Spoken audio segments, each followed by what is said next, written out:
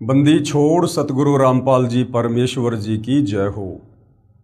परमपिता परमात्मा सारी सृष्टि के रचनहार कुल मालिक असंख्य ब्रह्मांडों के स्वामी जगत गुरु तीनों लोकों में प्रवेश करके सबका धारण पोषण करने वाले राजाधिराज आत्माधार नाथों के नाथ देवों के देव महादेव सर्वेश्वर महेश्वर मृत्युंजय अजरो अमर आदि अनादि सनातनी प्रभु जगत पिता जगदीश्वर श्री श्री 1008 की उपाधि के वास्तविक अधिकारी अकाल मूरत सौद स्वरूपी राम वासुदेव सर्वगतम ब्रह्म परम पूज्य प्रथम पूज्य परम संत परम पुरुष परम धनी परम दयालु सत्य कबीर हक्का कबीर अल्लाहु कबीर अल्लाहु अकबर बाखबर अल्लाह ताला जगत के तारणहार जगत के मुक्तिदाता जगत के जगन्नाथ हारे के सहारे हिंदुओं के राम मुसलमानों के अल्लाह सिखों के वाहिगुरु ईसाइयों के मसीह दया के सागर दयानिधि करुणा के सागर करुणानिधि स्वयंभू परिभू संकट मोचन कष्ट हरण मंगल करण दुख भंजन अविगत कबीर निर्विकार निर्विषम परमात्मा अलय अलेख सतगुरु आदि अनादि सतगुरु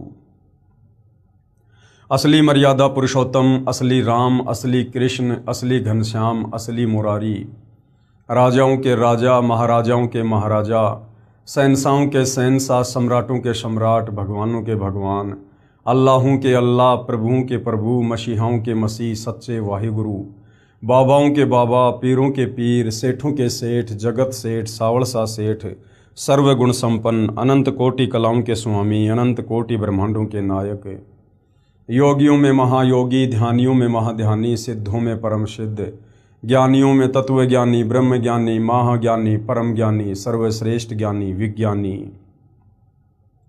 युवा कबीर समर्थ कबीर असमवात अमित ओजा सच्चे रहनुमा करीम अल्लाह सुभान अल्लाह दुनिया के अंतिम पैगंबर 8 सितंबर 1951 से गांव धनाना जिला सोनीपत हरियाणा भारतवर्ष की पावन भूमि पे प्रकट रियल कल्कि भगवान श्री नारायण साकार हरि श्री बाबा साहिब नूर अनंत परमात्मा सच्चे दरवेश सच्चे बाखबर संत श्रोमणी सतगुरु रामपाल जी परमेश्वर जी के चरण कमल में आप और हम सभी भाई बहनों का अनंत कोटि दंडवत प्रणाम।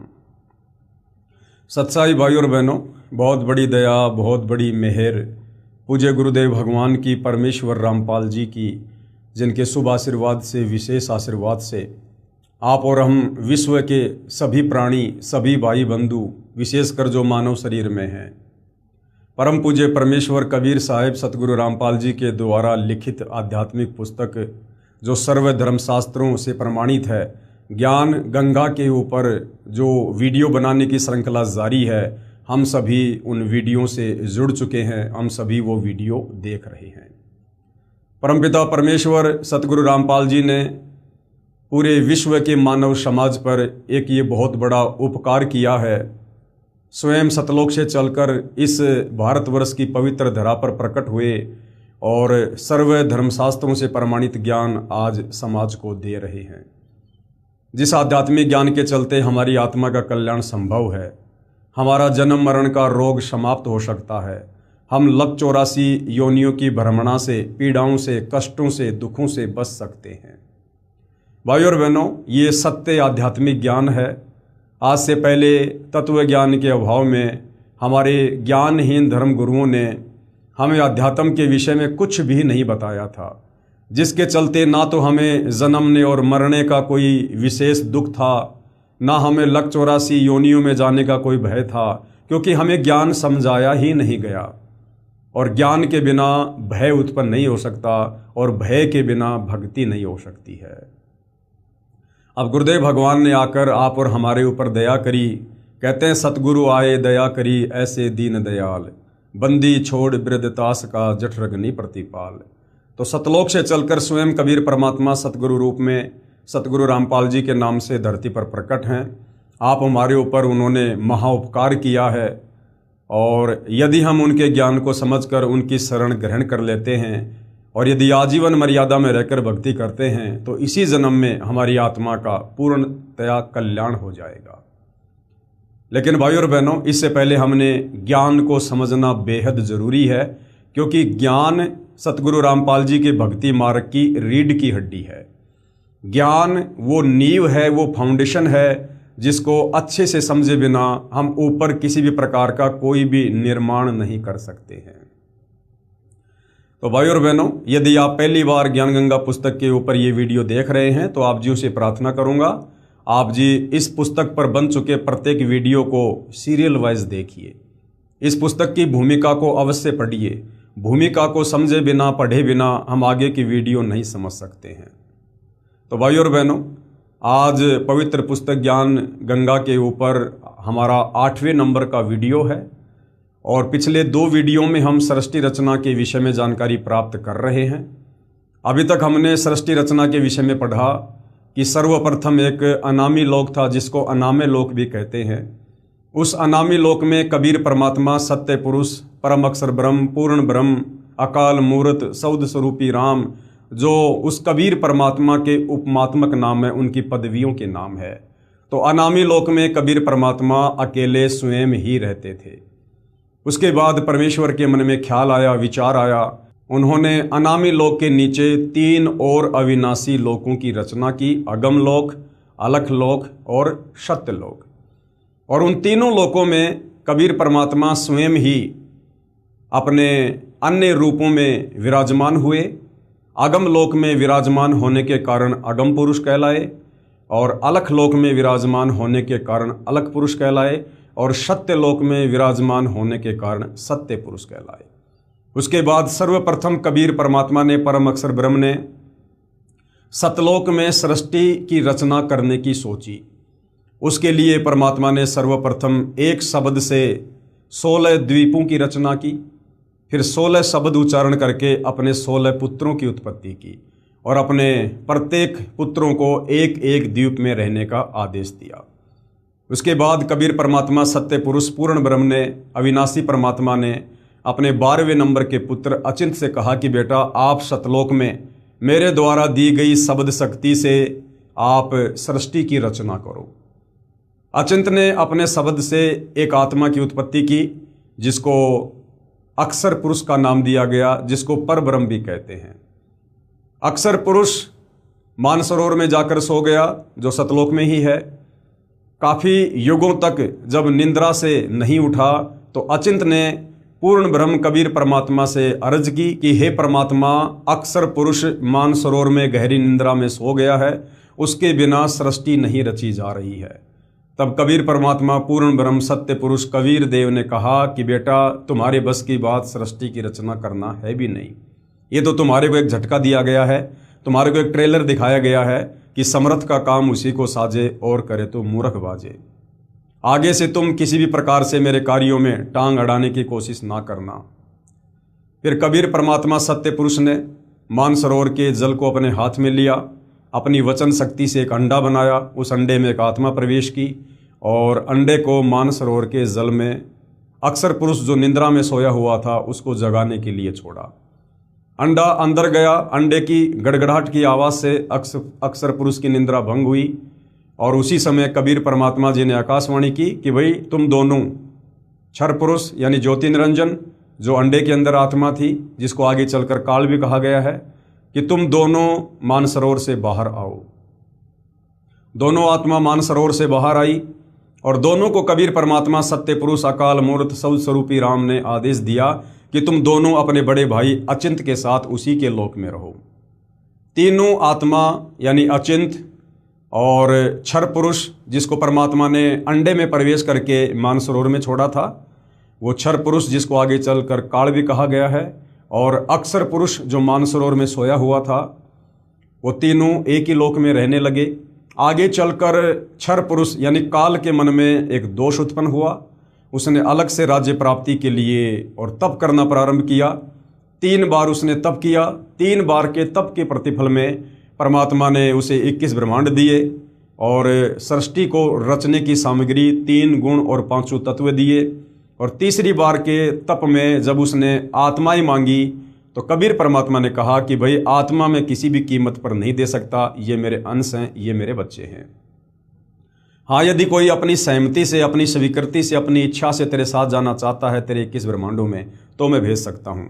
क्योंकि कबीर परमात्मा जी को पता था कि जब ये काल तप कर रहा था उस समय बहुत सी आत्माओं ने इस काल के ऊपर अपनी आसक्ति व्यक्त की कि देखो भाई कितना भयंकर तप कर रहा है, एक पैर पर खड़ा है, 70 युग प्लस 64 युग। तो आप और हम जितनी भी आत्माएं वर्तमान में काल के 21 ब्रह्मांड में फंसी पड़ी हैं, देवी देवताओं से लेकर ब्रह्मा विष्णु महेश से लेकर मानव शरीरधारी प्राणियों से लेकर गधे कुत्ते सूअर, हम सभी ने वहाँ पर काल के ऊपर आसक्ति व्यक्त की और अपने परमात्मा से अपना मन हटा लिया।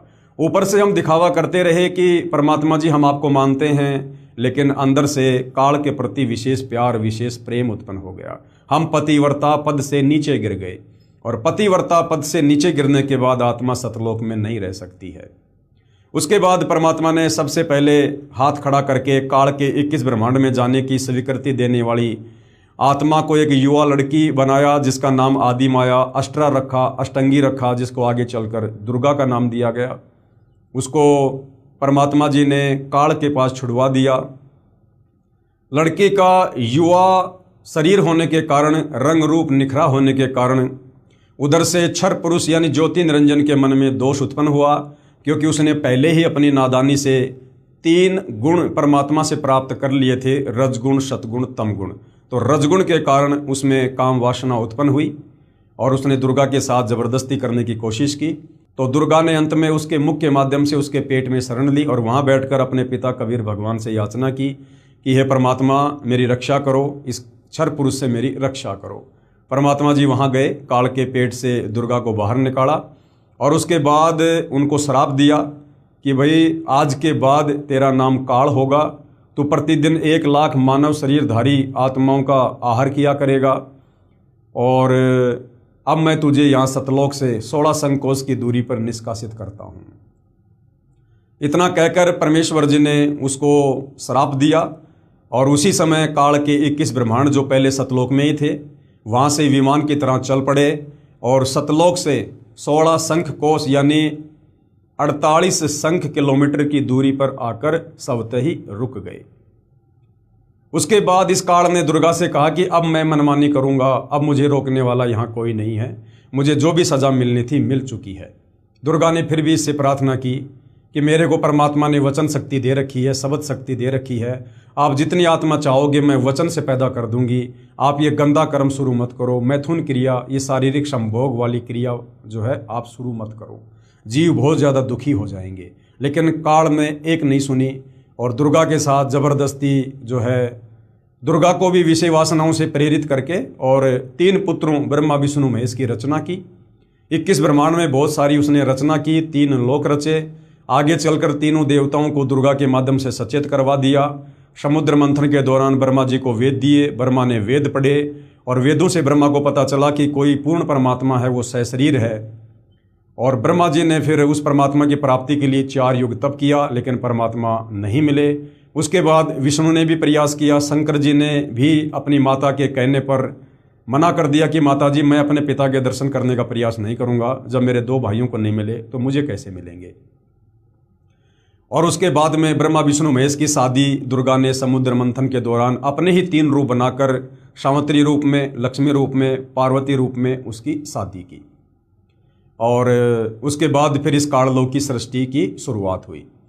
तो भाई और बहनों, आपने जो ये मौखिक सृष्टि रचना परम पूज्य परमेश्वर सतगुरु रामपाल जी के मुख कमल से, उनके प्रवचनों में और उन्हीं के कर कमल से लिखित जो पवित्र पुस्तक जिसके ऊपर हम वीडियो बना रहे हैं, पवित्र पुस्तक ज्ञान गंगा, इस ज्ञान गंगा में आप और मैंने अभी तक जो सृष्टि रचना देखी है, सुनी है, पढ़ी है, साथ में हमने कुछ प्रमाण भी हमारे धर्मशास्त्रों से देखे हैं। अब हमारे वेदों में 4 वेद हैं, यजुर्वेद, सामवेद, ऋग्वेद, अथर्ववेद। अब इन वेदों में सृष्टि रचना का प्रमाण कहाँ है? जो सृष्टि रचना सतगुरु रामपाल जी ने बताई है, इन वेदों में, गीता जी में या अन्य महापुरुषों की लेखनी में, उनके ग्रंथों में यदि हमें इसी सृष्टि रचना का ज्यों का त्यों हमें ये प्रमाण मिल जाए तो हमारी आत्मा इस बात को स्वीकार कर लेगी कि वास्तव में बात हमारी यहीं से बिगड़ी है और हम तो इस काल के लोक में जेल काट रहे हैं, ताकि हमारी भक्ति में रुचि बढ़े। तो भाइयों और बहनों, अभी तक हमने काल के विषय में कंप्लीट जानकारी प्राप्त की है। अब हम काल के बाद जो अक्षर पुरुष था, जो मानसरोवर में जाकर सो गया था, जिसने अपने कार्य में गफलत की, क्योंकि अचिंत ने उसको अपनी शब्द शक्ति से उत्पन्न किया था सृष्टि रचना में सहयोग के लिए, लेकिन उसने अपने कार्य में गफलत की और वो मानसरोवर में जाकर गहरी निंद्रा में सो गया। दूसरी गलती उसकी ये बनी कि जब परमात्मा ने एक अंडा बनाकर और अंडे में एक आत्मा को प्रवेश करके जब उसको जगाने के लिए नीचे छोड़ा तो उसने अंडे को उसने गुस्से से देखा, जिससे अंडा दो भाग हो गया। यानी उसने गुस्सा किया। इन दो कर्मों की सजा उस अक्षर पुरुष को भी मिली। और किस प्रकार से फिर आगे चलकर परमात्मा ने अक्षर पुरुष को यानी परब्रह्म को भी सतलोक से निष्कासित किया, हम इसके विषय में आज सृष्टि रचना में आगे जानकारी प्राप्त जो है वो करेंगे।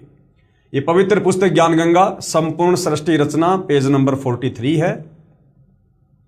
परब्रह्म, ये परब्रह्म कौन है? गीता अध्याय 15 श्लोक नंबर 16 में जिन दो भगवानों का जिक्र है, क्षर और अक्षर। क्षर यानी ये काल ज्योति निरंजन दुर्गा का पति ब्रह्मा विष्णु महेश का पिता, और अक्षर ये परब्रह्म है जिसके 7 शंख ब्रह्मांड हैं।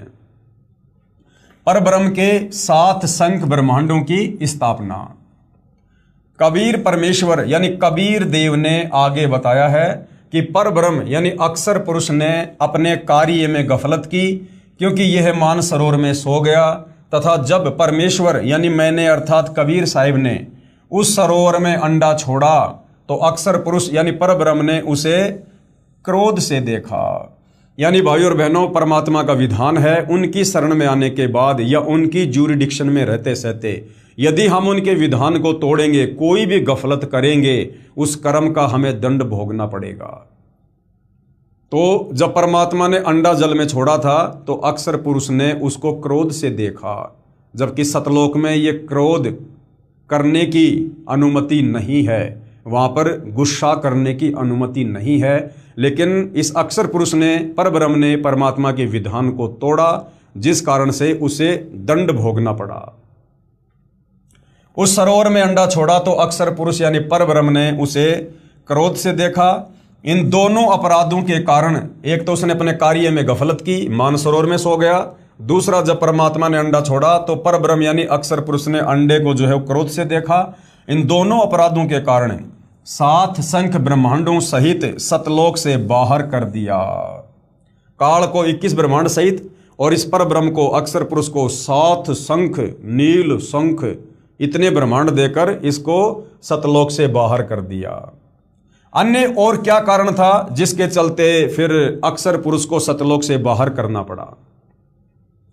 अन्य कारण, अक्षर पुरुष यानी परब्रह्म अपने साथी ब्रह्म यानी क्षर पुरुष यानी काल की विदाई में व्याकुल होकर परमपिता कबीर देव कबीर परमेश्वर की याद भूलकर उसी को याद करने लगा तथा सोचा कि क्षर पुरुष यानी ब्रह्म काल तो बहुत आनंद मना रहा होगा, वह स्वतंत्र राज्य करेगा, मैं पीछे रह गया।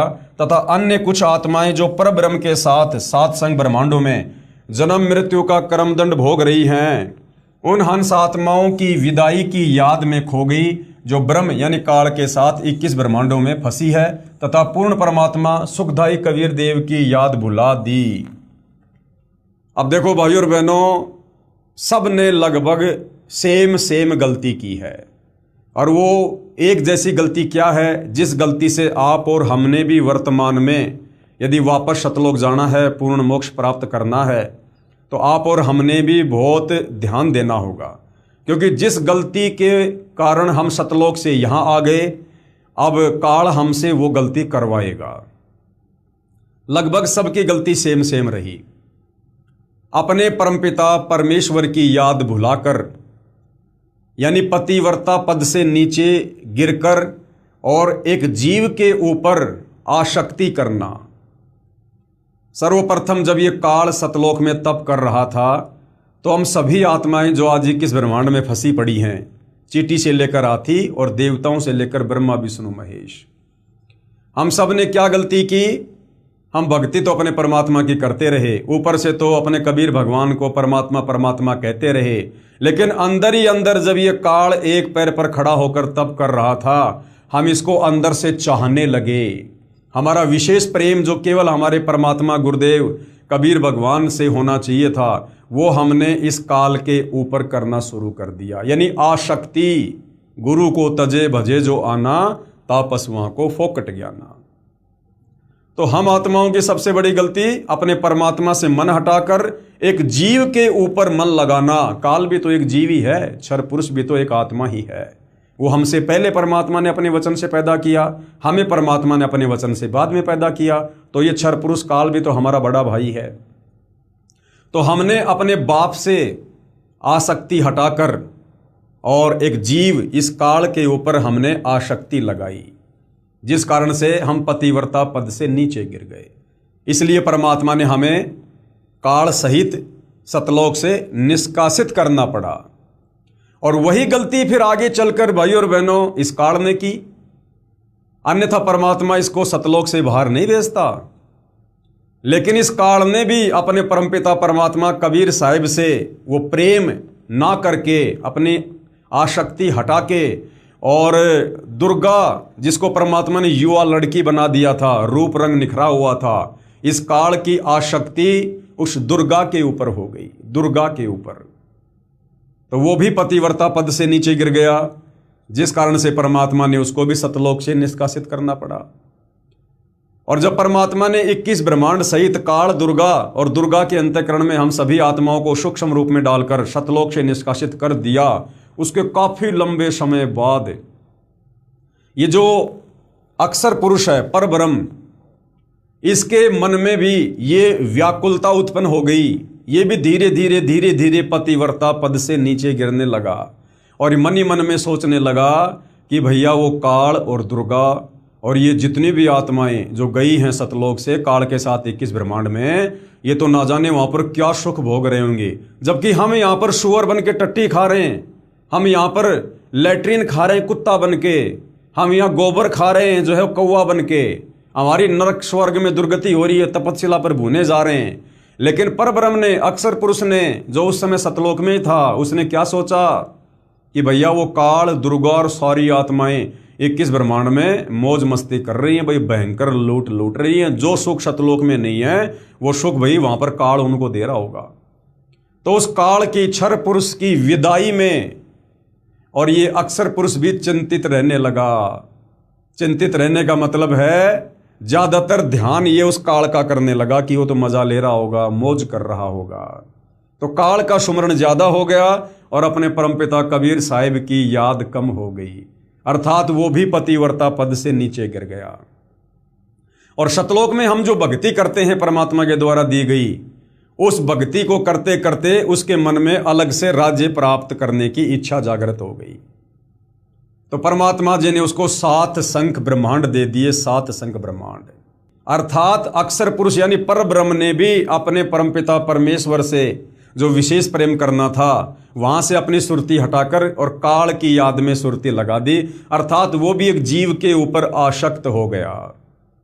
और जिस समय ये अक्षर पुरुष उस काल की याद में व्याकुल रहने लगा, मौन रहने लगा, चिंतित रहने लगा, तो हम और बाकी बहुत सारी आत्माएं जो उस समय सतलोक में थी, आप और हम नहीं, आप और हमारे आने के बाद जो बाकी आत्मा सतलोक में बची हुई थी, वो बहुत सारी आत्माएं उस अक्षर पुरुष की व्याकुलता के ऊपर फिदा हो गई। और उन आत्माओं के मन में भी ये दोष आ गया कि भाई उस काल के साथ में जितने भी आत्माओं ने स्वीकृति दी थी 21 ब्रह्मांड में जाने की, और भाई वो तो चले गए और हम भाई उस समय पिताजी के डर से हाथ खड़ा नहीं कर पाए, और भाई वो आत्मा तो ना जाने क्या सुख भोग रही होंगी। तो उन आत्माओं के मन में भी दोष आ गया, अर्थात वो आत्माएं भी बाकी 21 ब्रह्मांड वाली आत्माओं के ऊपर आसक्त हो गई, जिस कारण से परमात्मा ने फिर अक्षर पुरुष के साथ में और बहुत सारी आत्माओं को सतलोक से निष्कासित कर दिया। तो भाई और बहनों, कहने का मतलब है अपने परमपिता परमेश्वर कबीर साहिब यानी अपने गुरुदेव भगवान से आस्था हटाकर यदि हमने किसी भी पॉइंट पर किसी भी कारण से, चाहे कोई अच्छा बोलता हो, चाहे मीठा बोलता हो, चाहे कोई दिन रात भक्ति करता हो, चाहे कोई कितना ही सुंदर हो, चाहे कोई गुरुजी के परिवार से हो, चाहे कैसे भी हो, कोई भी हो, चाहे कोई पैसे वाला हो, चाहे कोई सुंदर हो, चाहे कोई स्त्री हो, चाहे कोई पुरुष हो, यदि आप और हमने वर्तमान में इस पृथ्वी लोक पर साक्षात वही कबीर भगवान पूज्य गुरुदेव सतगुरु रामपाल जी के नाम से हमें प्राप्त हैं, यदि आज हमने ये सृष्टि रचना सुनकर, इतना ज्ञान सुनकर, उनसे उपदेश लेकर यदि आज हमने अपने गुरुदेव भगवान के अलावा पतिव्रता पद से नीचे गिरकर अगर किसी भी जीव पर, क्योंकि 21 ब्रह्मांड में गुरुदेव के अलावा सब जीव हैं काल से लेकर चींटी तक, यदि हमने किसी के ऊपर भी विशेष आसक्ति दिखाई, आसक्ति लगाई, तो भाई और बहनों हमारी बात फिर से बिगड़ जाएगी। और इसके बहुत सारे उदाहरण हैं। एक उदाहरण आपको अब्राहिम सुल्तान का भी दिया जाता है।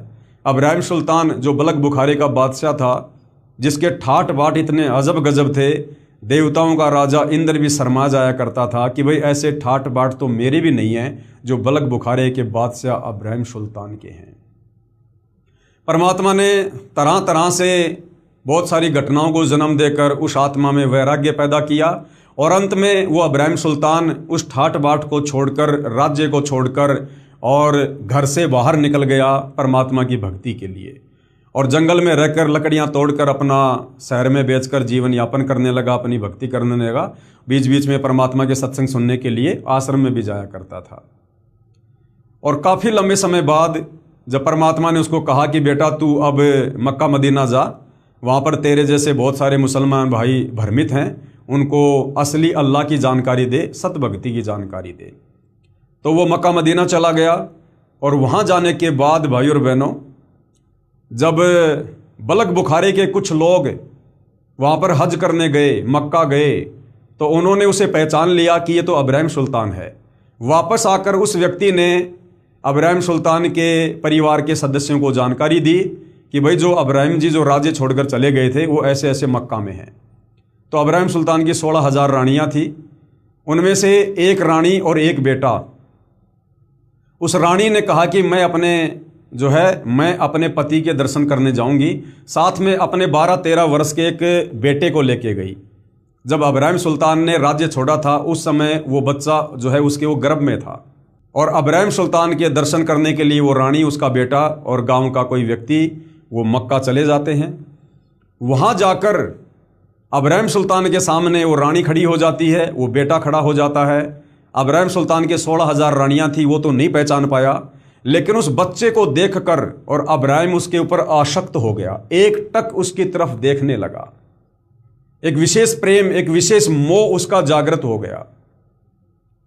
और फिर उस व्यक्ति ने बताया कि अब्राहिम जी, ये स्त्री आपकी रानी है जिसको आप छोड़ के आ गए थे, और ये बेटा आप ही का है। जब आप बलक बुखारे को छोड़ के आए थे उस समय ये इसके जो है वो गर्भ में था। अब इस बात को सुनकर कि ये तो मेरा ही बेटा है, अब्राहिम सुल्तान का प्यार उमड़ पड़ा, उसकी मोह ममता जागृत हो गई, शतोगुण का प्रभाव जागृत हो गया और विशेष प्रेम हो गया। और अब्राहिम ने उस बच्चे को उठाकर अपनी गोद में बैठा लिया, उसको प्यार करने लगा। उसी समय भाई और बहनों, कबीर परमात्मा जी की आकाशवाणी हुई कि ऐ अब्राहिम सुल्तान, अब तू मेरे किसी काम का नहीं है। तेरा विशेष प्रेम, तेरी विशेष मोह, तेरी आस्था अब तेरे परिवार में हो गई है। अब तू ये भक्ति कर या ना कर, चाहे भक्ति छोड़ दे, तू अपने घर चला जा। अब तेरी आस्था मेरे अंदर नहीं है। गुरु को तजे भजे जो आना, ता पशुओं को फोकट ज्ञाना। ये आकाशवाणी सुनकर अचानक से उसकी जो वो मूर्छा थी वो टूटी और अपनी गलती को लेकर रोने लगा, पछताने लगा, परमात्मा से माफ़ी मांगी। तो भाई और बहनों, यदि हमने अपने गुरुदेव, अपने परमात्मा से आस्था हटाकर यदि कार, कोठी, बेटा, बेटी यानी किसी भी वस्तु पर यदि हमने यहाँ पर लगाई, तो भाई और बहनों, आप और हमारा फिर से काम बिगड़ जाएगा। तो आप और हमने ये बहुत ही सावधानी रखनी है, और ये सावधानी रखी जाएगी जब हम ज्ञान को अच्छे से सुनेंगे, और ज्ञान के साथ साथ हमें भक्ति की शक्ति भी चाहिए।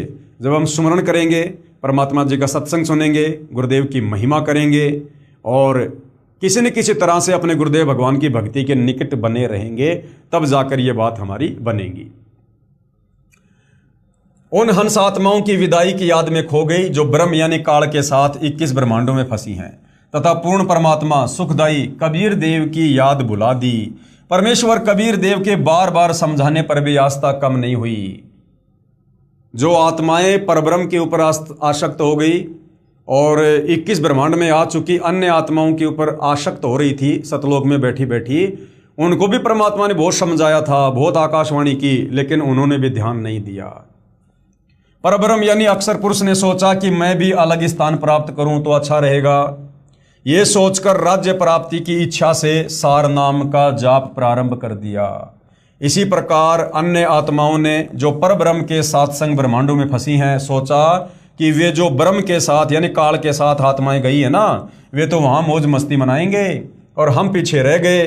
परब्रह्म यानी अक्षर पुरुष के मन में भी ये धारणा बनी कि क्षर पुरुष यानी काल अलग होकर बहुत सुखी होगा, कि वो काल तो 21 ब्रह्मांडों में बहुत ज्यादा सुखी होगा, जबकि यहां पर काल ने सबके घुटने तोड़ रखे हैं, काल खुद भी महादुखी है। ये विचार कर अंतरात्मा से भिन्न स्थान प्राप्ति की ठान ली। परब्रह्म यानी अक्षर पुरुष ने हठ योग नहीं किया। उस अक्षर पुरुष ने एक पैर पे खड़ा होकर कोई तप नहीं किया, वो केवल व्याकुल रहने लगा। उसने अपनी आस्था परमात्मा से हटाकर काल के ऊपर लगा दी, परंतु केवल अलग राज्य प्राप्ति के लिए सहज ध्यान योग विशेष कषक के साथ करता रहा। अलग स्थान प्राप्त करने के लिए पागलों की तरह विचरने लगा, खाना पीना भी त्याग दिया।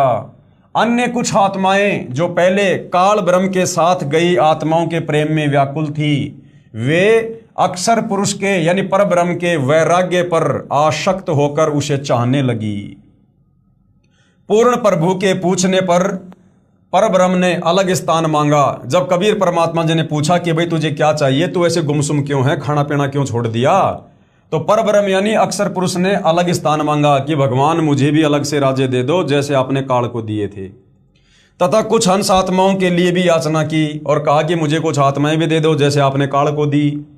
तब कबीर देव यानी कबीर परमेश्वर ने कहा कि जो आत्मा आपके साथ अपनी इच्छा से जाना चाहे उसे भेज देता हूं। पूर्ण प्रभु यानी कबीर देव ने पूछा कि कौन हंस आत्मा परब्रह्म के साथ जाना चाहता है, सहमति व्यक्त करो। बहुत समय उपरांत एक हंस ने स्वीकृति दी, यानी सेम टू सेम वही काम हुआ। फिर देखा देखी उन सभी आत्माओं ने भी सहमति व्यक्त कर दी। सर्वप्रथम स्वीकृति देने वाले हंस को स्त्री रूप बनाया, उसका नाम ईश्वरी माया यानी प्रकृति सुरती रखा, तथा अन्य आत्माओं को उस ईश्वरी माया में प्रवेश करके अचिंत द्वारा अक्षर पुरुष परब्रह्म के पास भेजा। पतिव्रता पद से गिरने की सजा पाई। क्या सजा पाई? पतिव्रता पद से नीचे गिरने की। पतिव्रता पद यानी अपने परम पिता परमेश्वर, अपने पति परमेश्वर कबीर साहिब से आस्था कम करके और एक जीव के ऊपर आस्था लगा ली, तो पतिव्रता पद से गिरने की सजा पाई। इसी प्रकार भाइयों और बहनों, वर्तमान में गुरुदेव भगवान ने हमें जो भक्ति दे दी है और समझा दिया है कि बच्चों वो कबीर भगवान तुम्हारा गुरु ही है और कोई नहीं है। अब यदि हमने अपने गुरुजी के अलावा किसी और में भगवान को देखा, किसी और को इष्ट बनाया, किसी और की फोटो में हमने आस्था रखी, अपने गुरु के अलावा किसी और को कबीर परमात्मा के रूप में स्वीकार कर लिया, किसी और का हमने प्रकट दिवस मना लिया, बोध दिवस मना लिया, तो भाई और बहनों आप और हमारी भी बात बिगड़ जाएगी। पतिव्रता पद से गिरने की सजा पाई। कई युगों तक दोनों सात संग ब्रह्मांडों में रहे, परंतु परब्रह्म ने दुर्व्यवहार नहीं किया। इस परब्रह्म ने, अक्षर पुरुष ने वो गलती नहीं की उस ईश्वरी माया के साथ जो गलती उस काल ने दुर्गा के साथ की थी, जबरदस्ती करने की, बलात्कार करने की। वो गलती काल ने नहीं की, बल्कि इस परब्रह्म ने, अक्षर पुरुष ने उस ईश्वरी माया के साथ, जिसने सबसे पहले इस परब्रह्म के साथ जाने की स्वीकृति दी, जिसकी परमात्मा ने दुर्गा की तरह सुंदर युवा लड़की बनाकर उसके पास भिजवाया था, इन दोनों ने अपनी स्वेच्छा से, अपनी मर्जी से इन्होंने शारीरिक संबंध बनाए। इन्होंने जबरदस्ती नहीं की एक दूसरे के साथ, जिसके चलते सतलोक से तो इनको बाहर निकालना ही पड़ा। लेकिन परमात्मा ने इस परब्रह्म के लोक में फिर जीवों को सजा देने के लिए तपतशिला का कष्ट नहीं दिया, क्योंकि इन्होंने अपनी मर्जी से, अपनी स्वेच्छा से शारीरिक संबंध बनाने की एक दूसरे को सहमति दी, जिस कारण से परब्रह्म के सात्संग ब्रह्मांडों में तपतशिला का कष्ट नहीं है। कई युगों तक दोनों सात्संग ब्रह्मांडों में रहे। कौन? अक्षर पुरुष और वो ईश्वरी माया। परंतु परब्रह्म ने यानी अक्षर पुरुष ने दुर्व्यवहार नहीं किया, बलात्कार नहीं किया, जबरदस्ती नहीं की। ईश्वरी माया की स्वेच्छा से अंगीकार किया, यानी शारीरिक संबंध बनाए, तथा अपनी शब्द शक्ति द्वारा नाखूनों से स्त्री इंद्री योनि बनाई। ईश्वरी देवी की सहमति से संतान उत्पन्न की। इसलिए परब्रह्म के लोक यानी सात संग ब्रह्मांडों में प्राणियों को तपतशिला का कष्ट नहीं है, तथा वहां पशु पक्षी भी ब्रह्मलोक के देवों से अच्छे चरित्र युक्त हैं। अब देख लो भाइयों और बहनों, गलत व्यक्ति की संगति, कुसंगति का भी कितना बड़ा दंड मिलता है।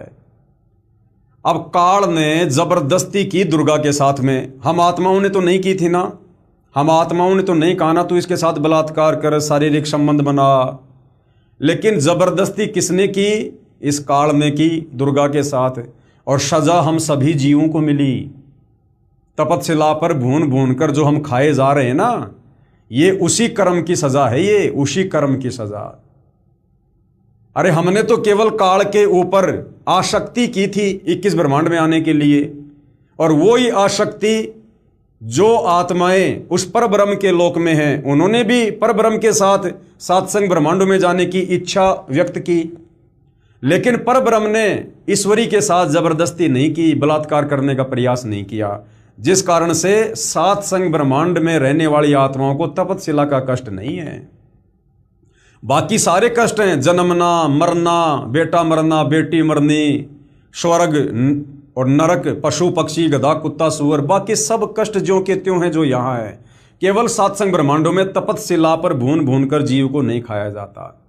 तो देख लो भाइयों और बहनों, गलती करी काल ने दुर्गा के साथ बलात्कार करने की, और सजा आज आप और हम सभी आत्माएं भोग रही हैं, क्योंकि हमने उसके ऊपर आसक्ति व्यक्त की।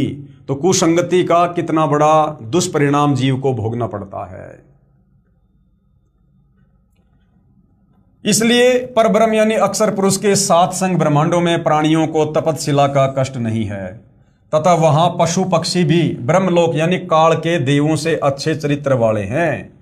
यानी अक्षर पुरुष के लोक में जो पशु पक्षी है ना, वो इस काल लोक के देवी देवताओं से भी अच्छे जो है वो चरित्र वाले हैं।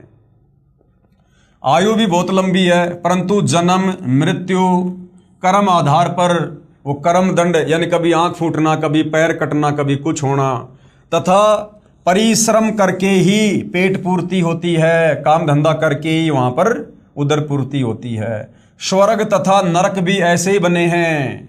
परब्रह्म यानी अक्षर पुरुष को सात संग ब्रह्मांड उसके इच्छा रूपी भक्ति ध्यान अर्थात सहज समाधि विधि से की उसकी कमाई के प्रतिफल में प्रदान किए, तथा सत्य लोक से भिन्न स्थान पर गोलाकार परिधि में बंद करके सात संग ब्रह्मांडों सहित अक्षर पुरुष यानी अक्षर ब्रह्म व ईश्वरी माया को निष्कासित कर दिया। लेकिन परमात्मा ने उसे सतलोक में रखा नहीं, सतलोक के ही एक कोने में अलग से, और उसके सात संग ब्रह्मांडों को कैद कर दिया परमात्मा ने अपनी वचन शक्ति से, और उसको रख दिया।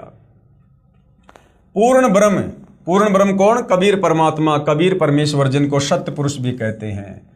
पूर्ण ब्रह्म सत्य पुरुष असंख्य ब्रह्मांडों जो सतलोक आदि में हैं, तथा ब्रह्म यानी काल के 21 ब्रह्मांडों तथा पर ब्रह्म के सात संग ब्रह्मांडों का भी प्रभु यानी मालिक है, अर्थात परमेश्वर कबीर देव कुल का मालिक है।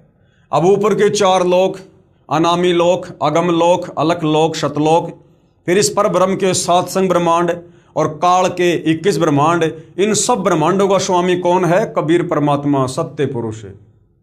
श्री ब्रह्मा जी, श्री विष्णु जी तथा श्री शिव जी आदि के चार चार भुजाएं तथा 16 कलाएं हैं। यानी अब आपको ये जितने भी नकली भगवान बन के बैठे हैं, ब्रह्मा विष्णु महेश दुर्गा काल और ये अक्षर पुरुष, इन सब की समर्थता बताई जा रही है, ये कितने समर्थ भगवान हैं। तो श्री ब्रह्मा, श्री विष्णु तथा श्री शिव जी जो इस काल और दुर्गा के तीनों ये पुत्र हैं, इनकी चार चार भुजाएं हैं। यानी ये केवल 4 भुजाओं से ज़्यादा भुजाएं नहीं बना सकते, कम से कम 2 रख सकते हैं, ज़्यादा से ज़्यादा 4, तथा 16 कलाओं के भगवान हैं। तथा ये प्रकृति देवी यानी ये दुर्गा, इसकी 8 भुजा हैं। ये 8 भुजा ही बना सकती है, 6 भी कर सकती है, 4 भी, 2 भी, लेकिन ज़्यादा से ज़्यादा ये केवल 8 भुजा ही कर सकती है। 4 हाथ इस तरफ, 4 हाथ इस तरफ। तथा इसकी जो कलाएं हैं वो हैं 64 कला। और ब्रह्म यानी ये क्षर पुरुष, ये काल, इसकी 1000 भुजा हैं। ये 1000 भुजा बना सकता है, इससे ज़्यादा नहीं, कम से कम 2 रख सकता है। तथा 1000 कलाएं हैं। तथा 21 ब्रह्मांडों का प्रभु है, इसके पास केवल 21 ब्रह्मांड ही हैं। दूसरा जो ये परब्रह्म है, अक्षर पुरुष है, इसकी कितनी समर्थता है? इसकी 10,000 भुजाएं हैं। अक्षर पुरुष यानी परब्रह्म 10,000 भुजा बना सकता है तथा 10,000 इसके पास में जो है ये कला है, तथा 7 संग ब्रह्मांडों का ये प्रभु है और इसके पास में 7 संग ब्रह्मांड है। लेकिन जो पूर्ण ब्रह्म है, पूर्ण परमात्मा है, कबीर साहिब हैं, वो कितने समर्थ हैं? उनकी समर्थता बताई जा रही है। पूर्ण ब्रह्म परम अक्षर पुरुष अर्थात सत्य पुरुष की असंख्य भुजाएं, कोई गिनती ही नहीं है, काउंटलेस, तथा असंख्य कलाएं हैं, अनंत कोटि कलाओं के स्वामी हैं कबीर भगवान, तथा ब्रह्म के 21 ब्रह्मांड और परब्रह्म के 7 संग ब्रह्मांडों सहित असंख्य ब्रह्मांडों का स्वामी भी कबीर परमात्मा है। प्रत्येक प्रभु अपनी सर्व भुजाओं को समेट कर केवल 2 भुजाएं भी रख सकते हैं तथा जब चाहें सर्व भुजाओं को भी प्रकट कर सकते हैं। और पूर्ण परमात्मा यानी कबीर परमात्मा पर ब्रह्म के प्रत्येक ब्रह्मांड में भी अलग अलग स्थान बनाकर अन्य रूप में गुप्त रहता है। कबीर परमात्मा जी अक्षर पुरुष के 7 संग ब्रह्मांडों के प्रत्येक ब्रह्मांड में यानी एक एक ब्रह्मांड में परमात्मा कबीर भगवान अलग अलग रूप बनाकर, अलग अलग जगह बनाकर वहाँ भी परमात्मा रहता है।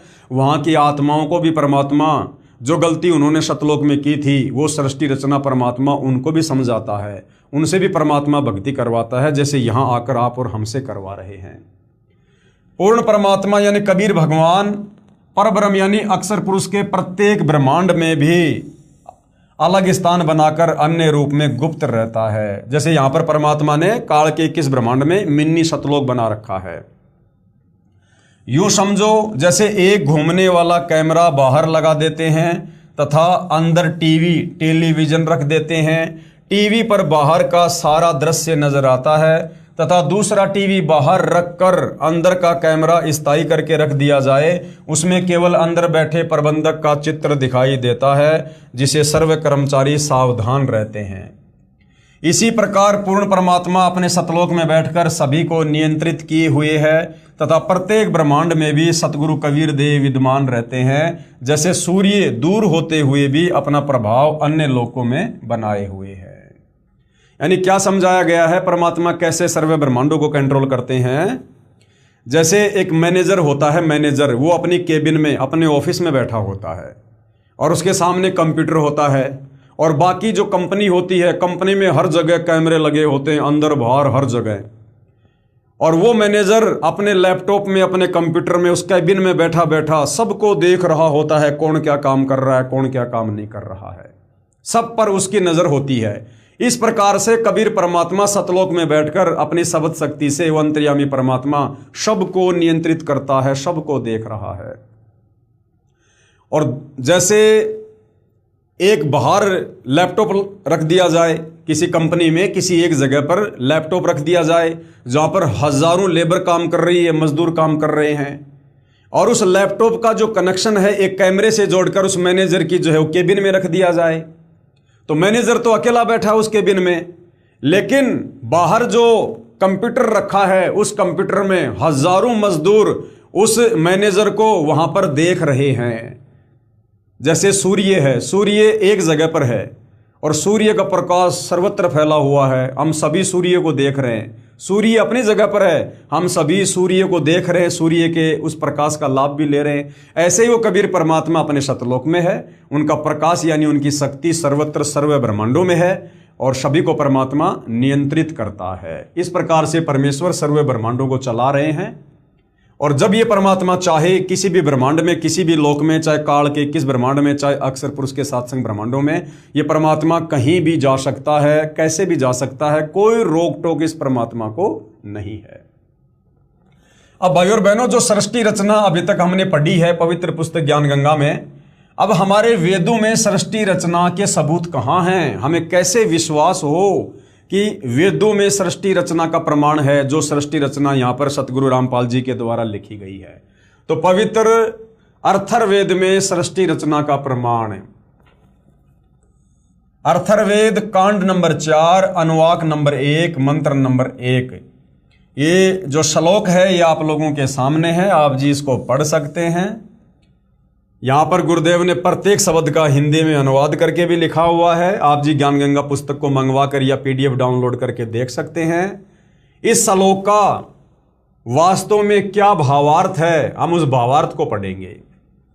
पवित्र वेदों को बोलने वाला ब्रह्म काल कह रहा है कि सनातन परमेश्वर ने, यानी कबीर परमात्मा ने, सनातन का मतलब होता है जो सदा से है, तो ये काल ब्रह्म क्या कह रहा है कि सनातन परमेश्वर यानी कबीर जी ने स्वयं अनामे यानी अनामी लोक से सत्य लोक में प्रकट होकर अपनी सूझबूझ से कपड़े की तरह रचना करके ऊपर के शतलोक आदि को सीमा रहित स्वयं प्रकाशित अजर अमर अर्थात अविनाशी ठहराए तथा नीचे के यानी अक्षर पुरुष के परब्रह्म के 7 संग ब्रह्मांड तथा ब्रह्म के 21 ब्रह्मांड व इनमें छोटी से छोटी रचना भी उसी परमात्मा ने अस्थायी की है।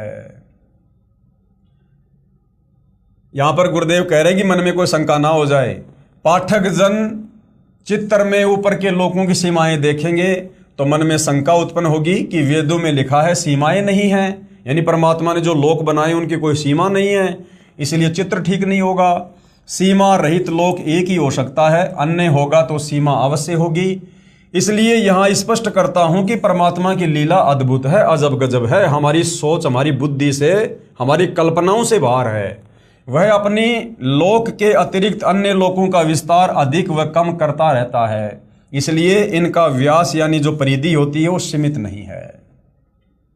अथर्ववेद कांड नंबर 4 अनुवाक नंबर 1 मंत्र नंबर 2 में सृष्टि रचना का कहाँ क्या प्रमाण है, ये संस्कृत में श्लोक आप जियों के सामने है। यहाँ पर प्रत्येक शब्द का हिंदी में अनुवाद करके भी गुरुदेव भगवान ने लिखा हुआ है और यहाँ पर इन्होंने भावार्थ किया है। जगत पिता परमेश्वर ने यानी कबीर देव ने अपनी शब्द शक्ति से राष्ट्रीय अर्थात सबसे पहली माया राजेश्वरी उत्पन्न की, जिससे परमात्मा ने सतलोक में अन्य रचना की, जो हमने सृष्टि रचना में पढ़ा, जिसका प्रमाण ये अथर्ववेद दे रहा है। तथा उसी पराशक्ति के द्वारा एक दूसरे को आकर्षण शक्ति से रोकने वाले यानी गुरुत्वाकर्षण शक्ति से रोकने वाले कभी न समाप्त होने वाले गुण से उपरोक्त सर्व ब्रह्मांडों को स्थापित किया। फिर आगे अथर्ववेद में सृष्टि रचना का और कहाँ क्या प्रमाण है। अथर्ववेद कांड नंबर 4 अनुवाक नंबर 1 मंत्र नंबर 3, ये संस्कृत में श्लोक आप जियों के सामने है। ये श्लोक इसलिए लिखे जा रहे हैं ताकि कोई संस्कृत का ज्ञाता हो जिसे अपनी विद्वता के ऊपर बहुत ज़्यादा अभिमान हो या जो वास्तव में परमात्मा के विषय में जानना चाहता हो, वो ढंग से देख ले, पढ़ ले और ये वेद लाकर मिलान कर ले ताकि मन में कोई शंका ना रहे।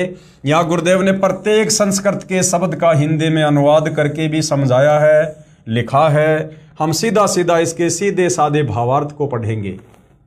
भावार्थ, पूर्ण परमात्मा यानी कबीर देव ने अपने द्वारा रची सृष्टि का ज्ञान तथा सर्व आत्माओं की उत्पत्ति का ज्ञान अपने निजी दास को स्वयं ही सही बताता है। ये परमात्मा क्या करता है, जब भी इस पृथ्वी लोक पर आता है, अपने द्वारा रची गई सृष्टि का यथार्थ ज्ञान अपने निजी दास को, अपने निजी सेवक को स्वयं ही यथार्थ बताता है। जैसे 650 साल पहले अपने निजी दास धर्मदास जी को बताया, फिर 300 साल पहले आदरणीय गरीबदास जी को बताया, दादू जी को बताया, मलुकदास जी को बताया, नानक जी को बताया। पूर्ण परमात्मा अपने द्वारा रची सृष्टि का ज्ञान तथा सर्व आत्माओं की उत्पत्ति का ज्ञान अपने निजी दास को स्वयं ही सही बताता है। और भाइयों और बहनों, अब वो समय आ गया है, इस समय परमात्मा ने सभी को सार्वजनिक तौर पर सृष्टि रचना का ज्ञान बताना है। तो परमेश्वर ने सारा भेद खोल दिया सतलोक को लेकर। अपने निजी दास को स्वयं ही सही बताता है कि पूर्ण परमात्मा ने अपने मध्य अर्थात अपने शरीर से, अपनी शब्द शक्ति से ब्रह्म यानी क्षर पुरुष यानी काल की उत्पत्ति की तथा सर्व ब्रह्मांडों को ऊपर शतलोक, अलख लोक, अगम लोक, अनामी लोक आदि तथा नीचे परब्रह्म के 7 संग ब्रह्मांड तथा ब्रह्म के 21 ब्रह्मांडों को अपनी धारण करने वाली आकर्षण शक्ति से ठहराया हुआ है। जैसे पूर्ण परमात्मा कबीर परमेश्वर कबीर देव ने अपने निजी सेवक अर्थात सखा श्री धर्मदास जी, आदरणीय गरीबदास जी आदि को अपने द्वारा रची सृष्टि का ज्ञान स्वयं ही बताया, उपरोक्त वेद मंत्र भी यही समर्थन कर रहे हैं। यानी जो सृष्टि रचना पवित्र पुस्तक ज्ञान गंगा में लिखी हुई है, हमारे वेद भी उसका समर्थन कर रहे हैं। इसके बाद अर्थर्वेद कांड नंबर 4 अनुवाक नंबर 1 मंत्र नंबर 4 में सृष्टि रचना को लेकर कहाँ क्या कुछ लिखा है, संस्कृत में श्लोक आप जियों के समक्ष है। साथ में परमात्मा ने प्रत्येक शब्द का हिंदी में अनुवाद करके भी समझाया हुआ है ताकि किसी को कोई शंका ना हो। हम सीधा सीधा इसके भावार्थ पे चलेंगे। भावार्थ, ऊपर के चारों लोक, सतलोक, अलखलोक, अगमलोक और अनामी लोक, ये तो अजर अमर स्थायी तथा अविनाशी रचे गए हैं। ये कभी खंड नहीं होते, ना ये ऊपर के चारों लोक कभी नष्ट होते हैं, ना कभी उत्पत्ति और प्रलय में आते हैं, और ना इन चारों लोकों में रहने वाली आत्माएं। हालांकि आत्मा तो नीचे के 3 लोकों में रहती है, अनामी लोक में कोई आत्मा नहीं रहती है। इन तीनों लोकों में रहने वाली आत्माओं का भी कभी विनाश नहीं होता है। तथा नीचे के ब्रह्म यानी काल तथा ये परब्रह्म अक्षर पुरुष के लोकों को अस्थायी रचना करके, यानी काल के 21 ब्रह्मांड और इस अक्षर पुरुष के 7 संग ब्रह्मांड, इनकी रचना परमात्मा ने अस्थायी की है। इनमें उत्पत्ति और प्रलय होती रहती है। तथा अन्य छोटे छोटे लोक भी उसी परमेश्वर ने रचकर स्थिर किए। अर्थर्वेद कांड नंबर 4 अनुवाक नंबर 1 मंत्र नंबर 5 में सृष्टि रचना को लेकर क्या कुछ और लिखा है, ये संस्कृत में श्लोक आप जियों के समक्ष है। साथ में परमात्मा ने प्रत्येक शब्द का हिंदी में अनुवाद भी किया है। हम सीधा सीधा भावार्थ पे चलेंगे। भावार्थ, पूर्ण परमात्मा यानी कबीर देव ने ऊपर के चारों लोकों में से जो नीचे से सबसे प्रथम अर्थात सतलोक में आष्ट्रा अर्थात अष्टंगी यानी प्रकृति देवी अर्थात दुर्गा की उत्पत्ति की। परमात्मा ने भी तो यही बताया सृष्टि रचना में कि जिन जिन आत्माओं ने इस काल ब्रह्म के साथ 21 ब्रह्मांड में जाने की स्वीकृति दी, तो सर्वप्रथम हाथ खड़ा करने वाली आत्मा को परमात्मा ने अष्टंगी यानी प्रकृति देवी दुर्गा का नाम दिया, उसकी उत्पत्ति की, युवा लड़की बनाया। यही राजाधिराज जगत गुरु पूर्ण परमेश्वर सत्य पुरुष है, जिससे सबका वियोग हुआ, जिससे सबकी उत्पत्ति हुई है। फिर सर्व प्राणी ज्योति निरंजन काल के वीर्य यानी बीज से दुर्गा यानी आष्ट्रा यानी अष्टंगी के गर्भ द्वारा उत्पन्न होकर स्वर्गलोक व पृथ्वी लोक पर निवास करने लगे। उसके बाद आप और हम सभी आत्माओं की इस काल और दुर्गा के सहयोग से उत्पत्ति हुई। अर्थर्वेद कांड नंबर 4 अनुवाक नंबर 1 मंत्र नंबर 6 में सृष्टि रचना को लेकर और क्या कुछ कहा है, ये संस्कृत में श्लोक आप जियों के सामने है। गुरुदेव ने प्रत्येक शब्द का हिंदी में अनुवाद भी किया है। हम सीधा सीधा भावार्थ पे चलेंगे। भावार्थ, वही पूर्ण परमेश्वर यानी कबीर देव सत्य साधना करने वाले साधक को यानी सच्ची भक्ति करने वाले भगत को उसी पहले वाले स्थान यानी सतलोक में ले जाता है। जैसे आज आप और हम सत्य साधना कर रहे हैं, यदि अंतिम श्वास तक पतिव्रता पद पर रहकर मर्यादा में रहकर सत्य साधना करते रहे तो परमेश्वर हमें वापस उसी सतलोक में ले जाएंगे जहां से बिछुड़ कर आए थे। वहां उस वास्तविक सुखदाई भगवान को प्राप्त करके खुशी से आत्म विभोर होकर मस्ती से स्तुति करता है कि हे परमात्मा, असंख्य जन्मों के भूले भटकों को वास्तविक ठिकाना मिल गया। इसी का प्रमाण पवित्र ऋग्वेद मंडल 10 सूक्त 90 मंत्र 16 में भी है। आदरणीय गरीबदास जी को इसी प्रकार पूर्ण परमात्मा कबीर देव कबीर परमेश्वर स्वयं शत भक्ति प्रदान करके सतलोक लेकर गए थे। तब अपनी अमृतवाणी में आदरणीय गरीबदास जी महाराज ने आंखों देखकर कहा, क्या कहा? गरीब अजब नगर में ले गए हमको सतगुरु आन, और जिलके बिंब अगाध गति हम सूते चादर तान। क्या कहा आदरणीय गरीबदास जी ने कि अजब नगर में ले गए, ऐसा अजब गजब नगर यानी देश यानी ब्रह्मांड हमने आज से पहले कभी नहीं देखा, जहां इतने सुख हैं, इतने वैभव हैं। अजब नगर में ले गए हमको सतगुरु आन, यानी कबीर परमात्मा खुद जिंदा बाबा के रूप में गांव छुड़ानी में आए और मेरी आत्मा को अजम नगर सतलोक में ले गए। और जिलके बिंब अगाध गदी, वहाँ के नज़ारे देखकर, सतलोक के सुख देखकर हम सूते चादर ताण, यानी हम निश्चिंत होकर बैठे हैं, अपनी भक्ति कर रहे हैं कि भैया हम अपनी आँखों से सतलोक देख कर आ गए और सतलोक जाने की भक्ति हमें परमात्मा ने गुरु रूप में आकर दे दी। अब यदि हम मर्यादा में रहकर भक्ति करते रहे तो हमारा मोक्ष तो निश्चित है। चादर तान कर सोने का मतलब है निश्चिंत होकर सोना। अथर्ववेद कांड नंबर 4 अनुवाक नंबर 1 मंत्र नंबर 7। ये संस्कृत में श्लोक आप जियों के सामने है। गुरुदेव ने प्रत्येक शब्द का हिंदी में अनुवाद करके भी समझाया है। हम सीधे सीधे भावार्थ पे चलेंगे। भावार्थ, इस मंत्र में यह भी स्पष्ट कर दिया है कि उस परमेश्वर का नाम कबीर देव अर्थात कबीर परमेश्वर है, जिसने सर्व रचना की है। अब भाई और बहनों, हमारे वेद इस बात की गवाही दे रहे हैं कि वो पूर्ण परमात्मा कौन है, क्या उसका नाम है, कहाँ रहता है, कैसा दिखाई देता है, कैसे मिलता है। हमारे नादान धर्मगुरु हमें निराकार निराकार कह के, या ज़्यादा से ज़्यादा ब्रह्मा जी परमात्मा है, विष्णु जी परमात्मा है, शंकर जी सबका स्वामी है, बस इतना कहकर छोड़ दिया करते थे कि अजरो अमर है, मृत्युंजय हैं। अब गुरुदेव भगवान ने बताया हमें, आज से पहले तो हमें ऊँट के मुंह में जीरे जितनी भी भक्ति की जानकारी नहीं थी, भले हम चारों वेदों को कंठस्थ याद करके दुनिया को ज्ञान समझाया करते होंगे। अब आकर गुरुदेव ने हमें यथार्थ भक्ति मार्ग बताया है, हमें यथार्थ ज्ञान बताया है। जो परमेश्वर अचल यानी कभी भी डगमग ना होने वाला, स्थायी तथा वास्तव में अविनाशी, गीता अध्याय 15 श्लोक नंबर 16-17 में भी प्रमाण है। जगत गुरु आत्माधार, जो पूर्ण मुक्त होकर सतलोक गए हैं, उनको सतलोक ले जाने वाला, सर्व ब्रह्मांडों का रचनहार, काल ब्रह्म की तरह धोखा न देने वाला। अब काल ब्रह्म की तरह धोखा ना देने वाला क्यों कहा गया है कबीर परमात्मा को? क्योंकि काल ने हमारे को धोखा दिया कि मैंने पिताजी से 21 ब्रह्मांड प्राप्त कर लिए, वहाँ मैं ऐसी ऐसी रचना करूँगा, तुम्हें इतने सुख दूंगा, वहाँ पर झरने बनाऊंगा, फलाना दिखना, मौज करेंगे, मस्ती करेंगे, कोई दुख नहीं होगा। ये काल हमें सतलोक से धोखा देकर, लोभ लालच देकर यहाँ पर लाया। तो यहाँ पर यह कहा गया है कि वो पूर्ण परमात्मा कबीर साहब वो क्षर पुरुष यानी काल की तरह धोखा देने वाला नहीं है। तो आज हमें गुरुदेव भगवान जो जानकारी दे रहे हैं कि बच्चों अब तुम वापस सतलोक चलो, तुम्हें वहां पर सारे सुख मिलेंगे, जिन सुखों का लालच देकर ये काल तुम्हें यहां ले आया।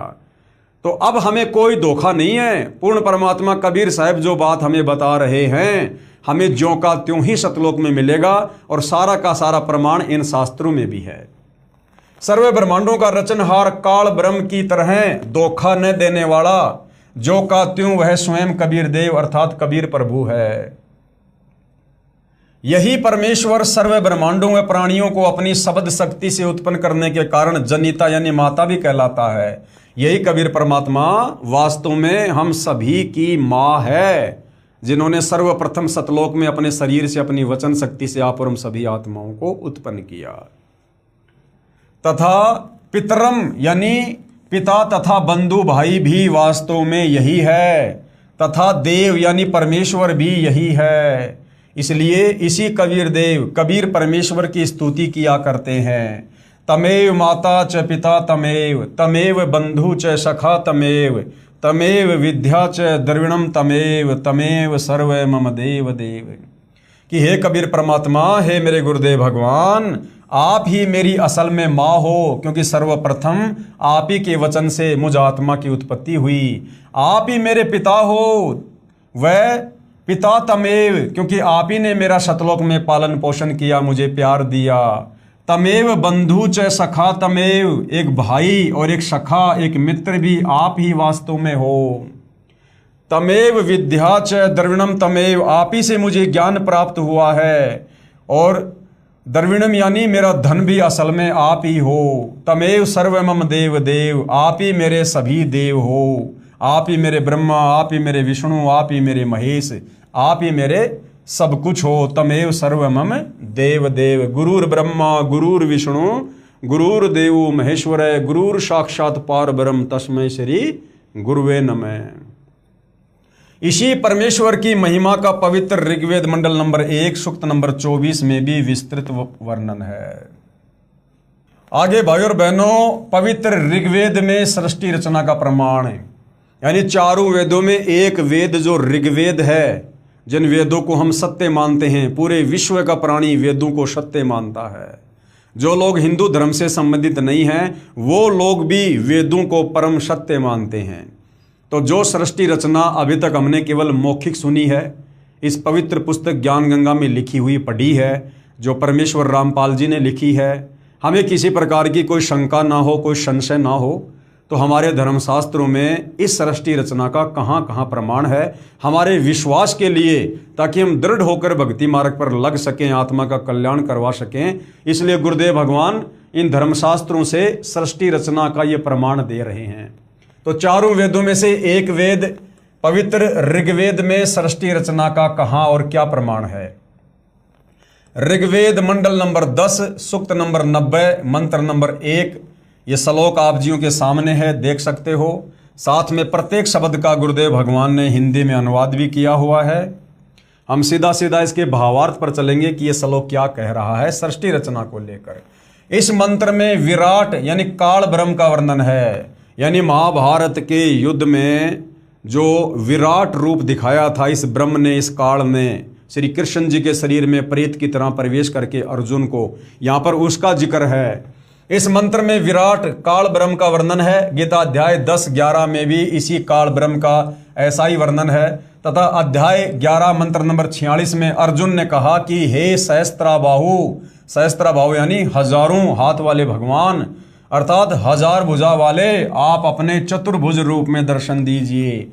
अब भाई और बहनों, हजार भुजा सहस्त्राबाहु वाला भगवान, हजार भुजा वाला भगवान तो 21 ब्रह्मांड में केवल ये काल है जिसकी 1000 भुजा हैं, जो अभी आप और हमने ये पढ़ा।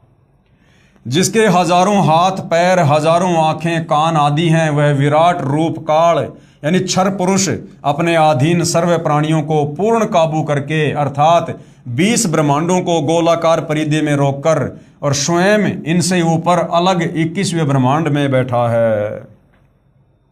उसके बाद ऋग्वेद मंडल 10 सूक्त 90 मंत्र 2 में सृष्टि रचना को लेकर क्या प्रमाण है। संस्कृत में श्लोक आप जियों के सामने है।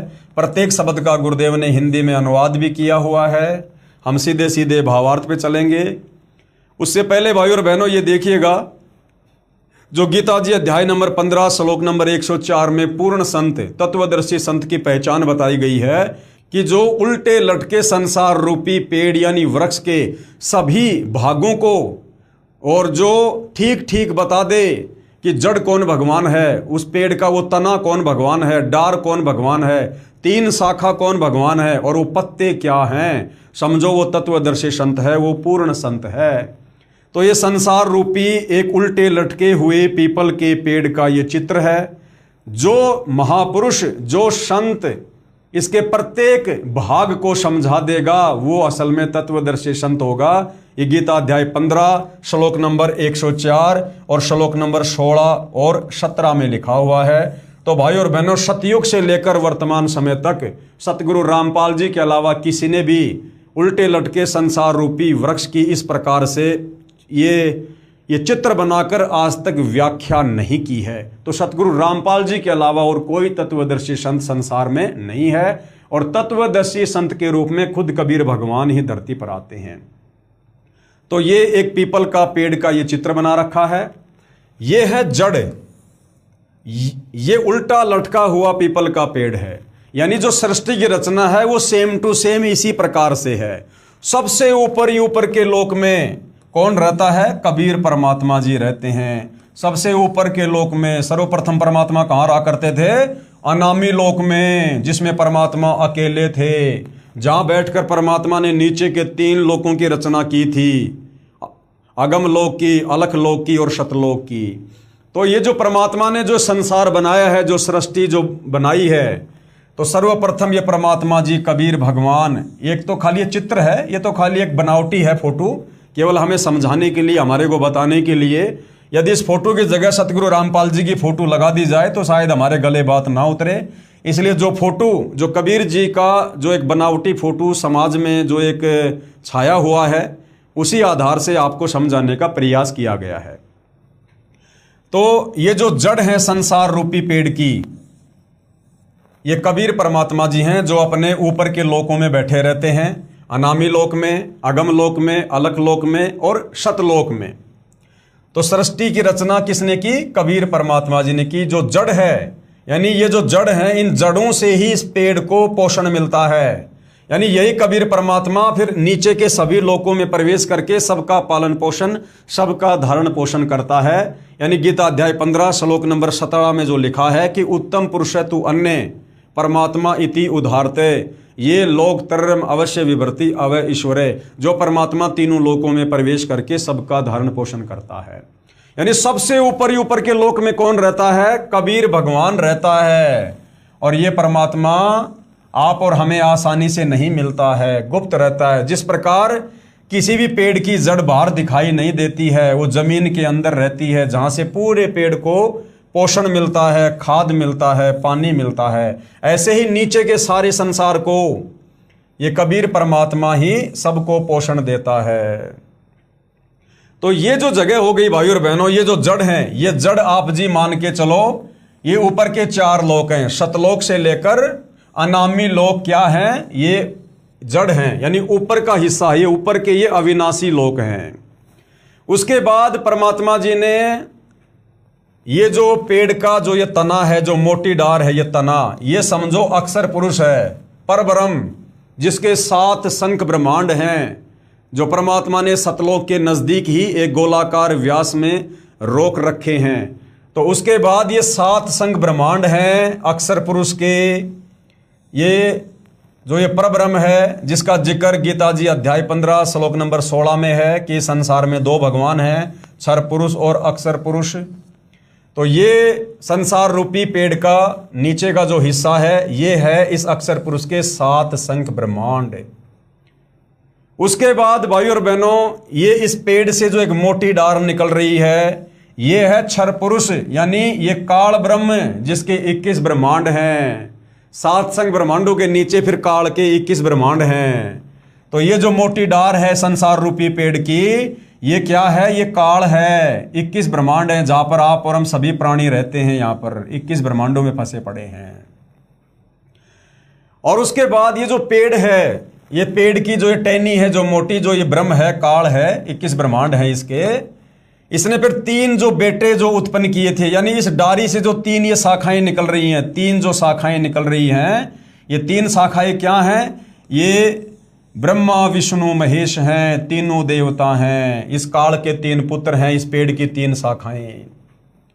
और इन तीनों शाखाओं ब्रह्मा विष्णु महेश के नीचे फिर जो ये पत्ते हैं पेड़ के, ये कौन है? ये आप और हम सभी जीव हैं, आम प्राणी हैं, मानव शरीरधारी स्त्री पुरुष हैं, गधे कुत्ते सूअर हैं। जो ब्रह्मा विष्णु महेश के तीनों इन गुणों से हम सभी क्या हैं? हम सभी जो है वो प्रभावित हैं। ब्रह्मा जी के रजोगुण से हम सभी ये पत्ते रूपी इंसान, जीव जंतु, हम सभी संतान उत्पत्ति करते हैं। और विष्णु जी के सतोगुण के प्रभाव से हम सभी ये पत्ते रूपी इंसान, ये प्राणी, हम सब एक दूसरे से मोह ममता में बंधे हुए हैं। और शंकर जी के तमोगुण के प्रभाव से हम सभी जीव, हम प्राणी, मानव शरीरधारी जो भी हैं, हम आपस में राग द्वेष ईर्ष्या मन मुटाव लड़ाई झगड़ा। तो ये है संसार रूपी पेड़, जो गीता अध्याय 15 श्लोक नंबर 1 से 4 और श्लोक नंबर 16 से 17 में बताया गया है। और कहा गया है कि जो संत, जो महापुरुष इस संसार रूपी उल्टे लड़के पीपल की वृक्ष को, कि इसकी जड़ कौन भगवान है, इसकी जड़ कौन भगवान है, और ये जो ये तना है ये कौन भगवान है, और ये जो डार है मोटी डार ये कौन भगवान है, और ये जो शाखाएं हैं 3, ये ब्रह्मा विष्णु महेश रूपी शाखा ये कौन है, और ये पात रूप संसार कौन है, ये पत्ते रूपी कौन है, ये आप और हम सभी जीव हैं। जो इस प्रकार से इस पेड़ को समझा देगा, स वेद विद, यानी शास्त्रों से, गीता जी से, वो तत्वदर्शी संत होगा। और तत्वदर्शी संत की भूमिका खुद कबीर भगवान खुद ही निभाता है। तो इस प्रकार से भाइयों और बहनों पूरी सृष्टि की रचना हो रखी है। ये उल्टा रूपी संसार रूपी जो है ये पेड़ है। सबसे ऊपर ये 4 लोक हैं जो कबीर भगवान ने ऊपर के 4 लोकों की जो रचना की थी। ये ऊपर के 4 लोक हैं, ये अनामी लोक, अलख लोक, अगम लोक और शतलोक। और यहाँ पर कबीर परमात्मा जी स्वयं बैठे होते हैं। ये जो पेड़ का मोटा जो तना है ये अक्षर पुरुष है, परब्रह्म है, जिसके सात संग ब्रह्मांड हैं। उसके नीचे अक्षर पुरुष के सात संग ब्रह्मांडों के नीचे काल के 21 ब्रह्मांड हैं। ये जो डार है ये काल है, और इस डार से जो 3 शाखाएं निकल रही हैं ये काल के तीनों बेटे ब्रह्मा विष्णु महेश हैं। और ब्रह्मा विष्णु महेश से फिर आगे का पूरा संसार, तीनों लोक, पृथ्वी पाताल स्वर्ग, ये काल संचालित करता है। तो भाइयों और बहनों, परमात्मा जी के अलावा अपने द्वारा रची गई सृष्टि को इस प्रकार से व्याख्या करके कोई नहीं समझा सकता। तो मन में कोई संशय नहीं होना चाहिए कि सतगुरु रामपाल जी कोई आम व्यक्ति होंगे, आम संत होंगे, आम कोई गुरुजी होंगे। ये स्वयं कबीर भगवान है। तो जो श्लोक अभी हमने पढ़ा, यानी ऋग्वेद में भी सृष्टि रचना को लेकर कहाँ क्या जिक्र है, तो ऋग्वेद मंडल 10 सूक्त 90 मंत्र 1 ये श्लोक आप जियों के सामने है। प्रत्येक शब्द का हिंदी में अनुवाद है। हम सीधा सीधा इसके भावार्थ पर चलेंगे कि सृष्टि रचना के विषय में क्या कुछ कहा गया है। इस मंत्र में परब्रह्म यानी अक्षर पुरुष का विवरण है, जो कुछ भगवान वाले लक्षणों से युक्त है, परंतु इसकी भक्ति से भी पूर्ण मोक्ष नहीं है। परब्रह्म के लोक में जो प्राणी उस परब्रह्म के मंत्र का जाप करते हैं, सोहम का, उससे भी पूर्ण मुक्ति नहीं है। इसलिए इसे संदेह युक्त मुक्तिदाता कहा है, संदेह युक्त भगवान कहा है कि अक्षर पुरुष के मंत्र से भी सतलोक नहीं जाया जा सकता। इसे कुछ भगवान के गुणों युक्त इसलिए कहा है कि ये काल की तरह तपस्या पर भून कर नहीं खाता, परंतु इस परब्रह्म यानी अक्षर पुरुष के लोक में भी प्राणियों को परिश्रम यानी मेहनत करके कर्म आधार पर ही फल प्राप्त होता है। यानी वहाँ भी लोग खेतीबाड़ी करते हैं, काम धंधा करते हैं, व्यापार करते हैं, मजदूरी करते हैं। सेम टू सेम ऐसी सृष्टि जो यहाँ 21 ब्रह्मांड में है, जैसे आप और हम काम धंधा करके अपना पेट भर रहे हैं, ऐसे ही परमात्मा वहाँ भी उनका पेट भरता है। तथा अन्न से ही सर्व प्राणियों के शरीर विकसित होते हैं। जन्म तथा मृत्यु का समय भले ही काल पुरुष से अधिक है, परंतु फिर भी उत्पत्ति, प्रलय तथा 84 लाख योनियों में यातना बनी रहती है। सेम टू सेम वही प्रक्रिया है। जैसे काल यहाँ अपने तीनों पुत्रों ब्रह्मा विष्णु महेश को पैदा करके उनके हाथों में सृष्टि की कमान देकर खुद ऊपर 21वें ब्रह्मांड में जा बैठा, इसी प्रकार से वो अक्षर पुरुष है, उसने भी अपने संतान उत्पन्न की, उन्हीं के माध्यम से अपना कार्य करवाता है। और जैसे यहाँ पर कोई प्रधानमंत्री है, राष्ट्रपति है, एमएलए है, सरपंच है, इसी प्रकार से परब्रह्म के सातसंग ब्रह्मांडों में भी सारी व्यवस्था बनी हुई है। बस वहां पर केवल तपस्या नहीं है, बाकी जन्म मरण, आंख फूटना, एक्सीडेंट होना, पैर कटना, लड़ाई झगड़ा, मनमुटाव, धोखाधड़ी, राग द्वेष, ईर्ष्या, कोई आग में मर जाना, कोई छत से गिर के मर जाना है, चोरी जारी डकैती, सारे काम, स्वर्ग नरक, 84 लाख योनियां, गधे कुत्ते सुअर, मक्खी मच्छर, गंदे नाले का कीड़ा, सारे कष्ट बाकी वहां पर भी ज्यों के त्यों हैं। क्योंकि उन आत्माओं ने भी वही गलती करी थी जो गलती हम आत्माओं ने की थी, अपने परमपिता परमेश्वर से आस्था हटाकर और एक जीव के ऊपर आस्था लगाना। मंडल 10 सूक्त 90 मंत्र 3 यानी यजुर्वेद मंडल 10 सूक्त 90 मंत्र 3 में भी सृष्टि रचना को लेकर प्रमाण है। ये संस्कृत में श्लोक आप जियों के समक्ष है। गुरुदेव ने प्रत्येक शब्द का हिंदी में अनुवाद करके समझाया हुआ है। हम सीधे सीधे भावार्थ पे चलेंगे। भावार्थ, इस ऊपर के मंत्र 2 में वर्णित अक्षर पुरुष यानी परब्रह्म की तो इतनी ही महिमा है कि भाई उसके पास तो केवल 7 संग ब्रह्मांड हैं बस, तथा वह पूर्ण पुरुष कबीर देव तो इससे भी बड़ा है, और कबीर भगवान तो इन सब से बड़ा है, अर्थात सर्वशक्तिमान है, तथा सारे ब्रह्मांड उसी के अंश मात्र पर ठहरे हैं। अंश मात्र पर यानी कबीर परमात्मा इतने सर्वशक्तिमान हैं कि इस पर ब्रह्म के 7 संग ब्रह्मांड और काल के 21 ब्रह्मांड, ये तो ऊपर के जो 4 लोक हैं, अविनाशी लोक, शतलोक, अगम लोक, अनामी लोक, तो शतलोक में जो एक द्वीप है, एक द्वीप से भी थोड़ा व्यास, थोड़ी जगह इन ब्रह्मांडों की है। यानी वो परमात्मा इतना सर्वशक्तिमान है।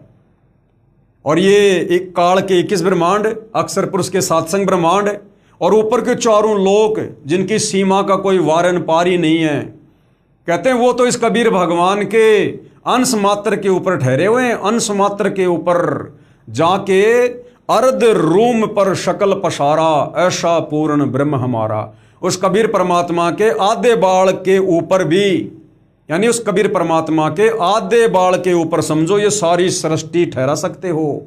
वो भगवान इतना विशाल है, इतना सर्वशक्तिमान है, जिसकी महिमा करके, जिसकी भक्ति करके आज जो सतगुरु रूप में धरती पर प्रकट हैं, जिनकी भक्ति करके हम सतलोक जा सकते हैं, वो इतना समर्थ है।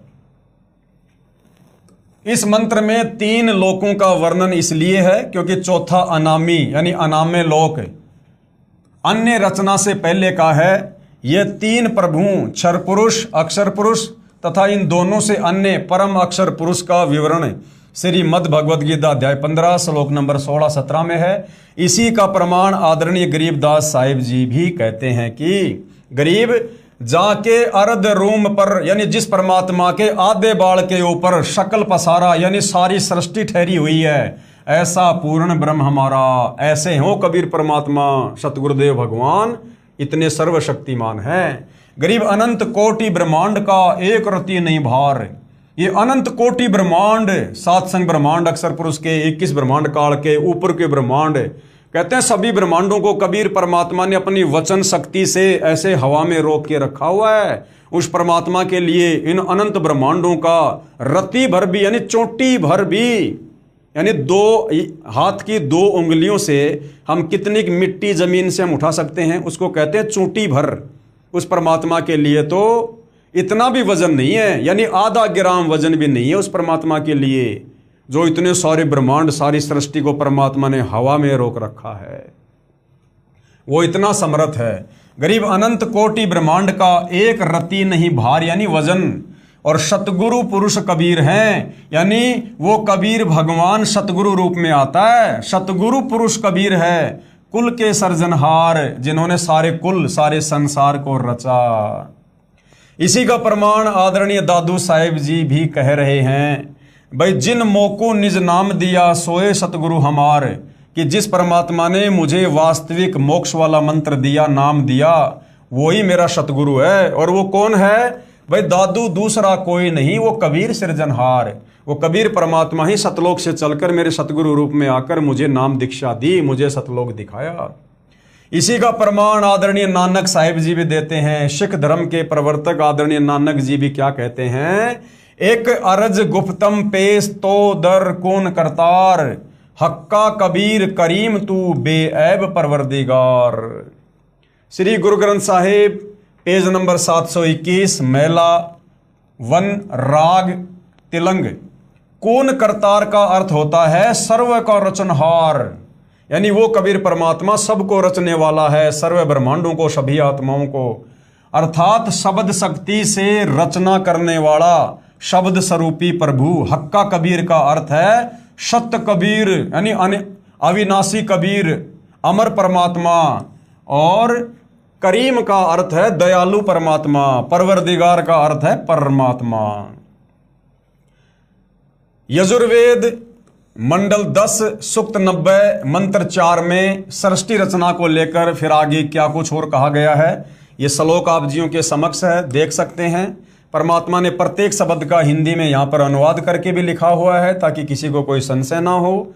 हम सीधा सीधा इसके भावार्थ पर चलेंगे। ये भावार्थ है, यही सर्व सृष्टि रचनहार प्रभु यानी कबीर भगवान अपनी रचना के ऊपर के हिस्से में तीनों स्थानों सतलोक, अलखलोक और अगमलोक में 3 रूप में स्वयं प्रकट होता है। देखो भाई और बहनों, यजुर्वेद साफ साफ प्रमाण दे रहा है, जो हमने शुरू में सृष्टि रचना में पढ़ा कि सबसे पहले कबीर परमात्मा अकेले थे अनामी लोक में, फिर नीचे के 3 लोकों की रचना की, अगम लोक, अलख लोक, सतलोक, फिर तीनों लोकों में परमात्मा अपना रूपांतरण करके खुद ही विराजमान हुए। उसी का प्रमाण यहाँ पर यजुर्वेद में है।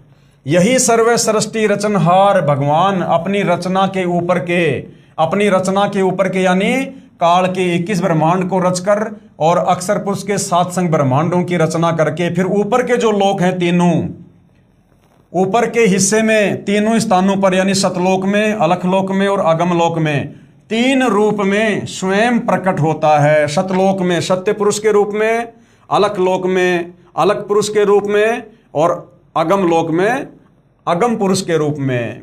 ऊपर के हिस्से में तीनों स्थानों पर सतलोक, अलखलोक, अगम लोक में तीन रूप में स्वयं प्रकट होता है, अर्थात स्वयं ही विराजमान है। यहां अनामी लोक का वर्णन इसलिए नहीं किया गया क्योंकि अनामी लोक में कोई रचना नहीं है। अब देखो, बहुत सारे भाई बहन आज से कुछ समय पहले 2025 में जब पूज्य गुरुदेव भगवान का जो प्रकट दिवस था, सतगुरु प्रकट दिवस, सितंबर के महीने में, तो बहुत सारे भाई बहनों ने एक छोटा सा काल प्रेरणा से ड्रामा किया कि भाई हम तो सीधे अनामी लोक में जाएंगे और गुरुजी आएंगे और हमें सीधे विमान में बैठाकर सशरीर अनामी लोक लेकर जाएंगे। तो आप और हम साथ संगति से जुड़े भाई बहन यही कहा करते थे कि भाई ऐसी गलतफहमी में मत रहो, पहले इस ज्ञान को अच्छे से समझ लो, पहले सृष्टि की रचना को अच्छे से समझ लो। अनामी लोक में कोई रचना नहीं है और परमात्मा ने जिन आत्माओं को एक बार पैदा कर दिया सतलोक में, उन आत्माओं को परमात्मा फिर कभी नष्ट नहीं करता है। वो आत्मा सदा सदा के लिए, जब तक भगवान रहेगा, और भगवान अजर-ओ-अमर है, अविनाशी है, तब तक हम सभी आत्माएं जो सतलोक में उत्पन्न कर दी गई हैं, इस काल लोक से मुक्त होकर और अक्षर पुरुष के लोक से मुक्त होकर हम उन ऊपर के अविनाशी लोकों में रहेंगे, तीनों लोकों में, सतलोक में, अलखलोक में, अगम लोक में। हमें परमात्मा कभी भी नष्ट नहीं करेगा, आत्मा को कभी भी नष्ट नहीं करेगा, क्योंकि आत्मा को भी अविनाशी की संज्ञा दी गई है। अगर आत्मा को परमात्मा नष्ट करेगा तो फिर वो परमात्मा झूठा साबित हो जाता है। तो सतलोक में भाइयों और बहनों किसी प्रकार की कोई सृष्टि नहीं है, कोई रचना नहीं है, यहां परमात्मा ने स्पष्ट कर दिया है।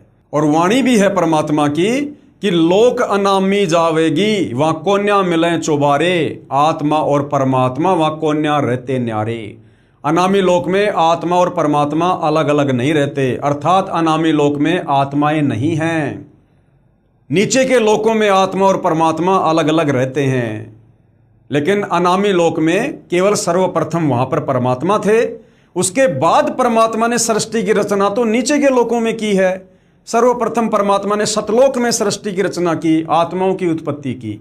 तो अनामी लोक में तो केवल परमात्मा शुरुआत में अकेले रहा करते थे, उसके बाद परमात्मा ने सृष्टि तो नीचे रची है। तो यहां देखिए, आज उस बात का यह प्रमाण भी आ गया है कि यहां अनामी लोक का वर्णन इसलिए नहीं किया क्योंकि अनामी लोक में कोई रचना नहीं है। जब रचना नहीं है तो फिर आत्मा क्या करेंगे वहां पर? अब जंगल में बैठ के फिर हम क्या करेंगे? तथा अकय अनामे लोक शेष रचना से पूर्व का है, यानी नीचे के तीन लोक रचने से पहले का है वो।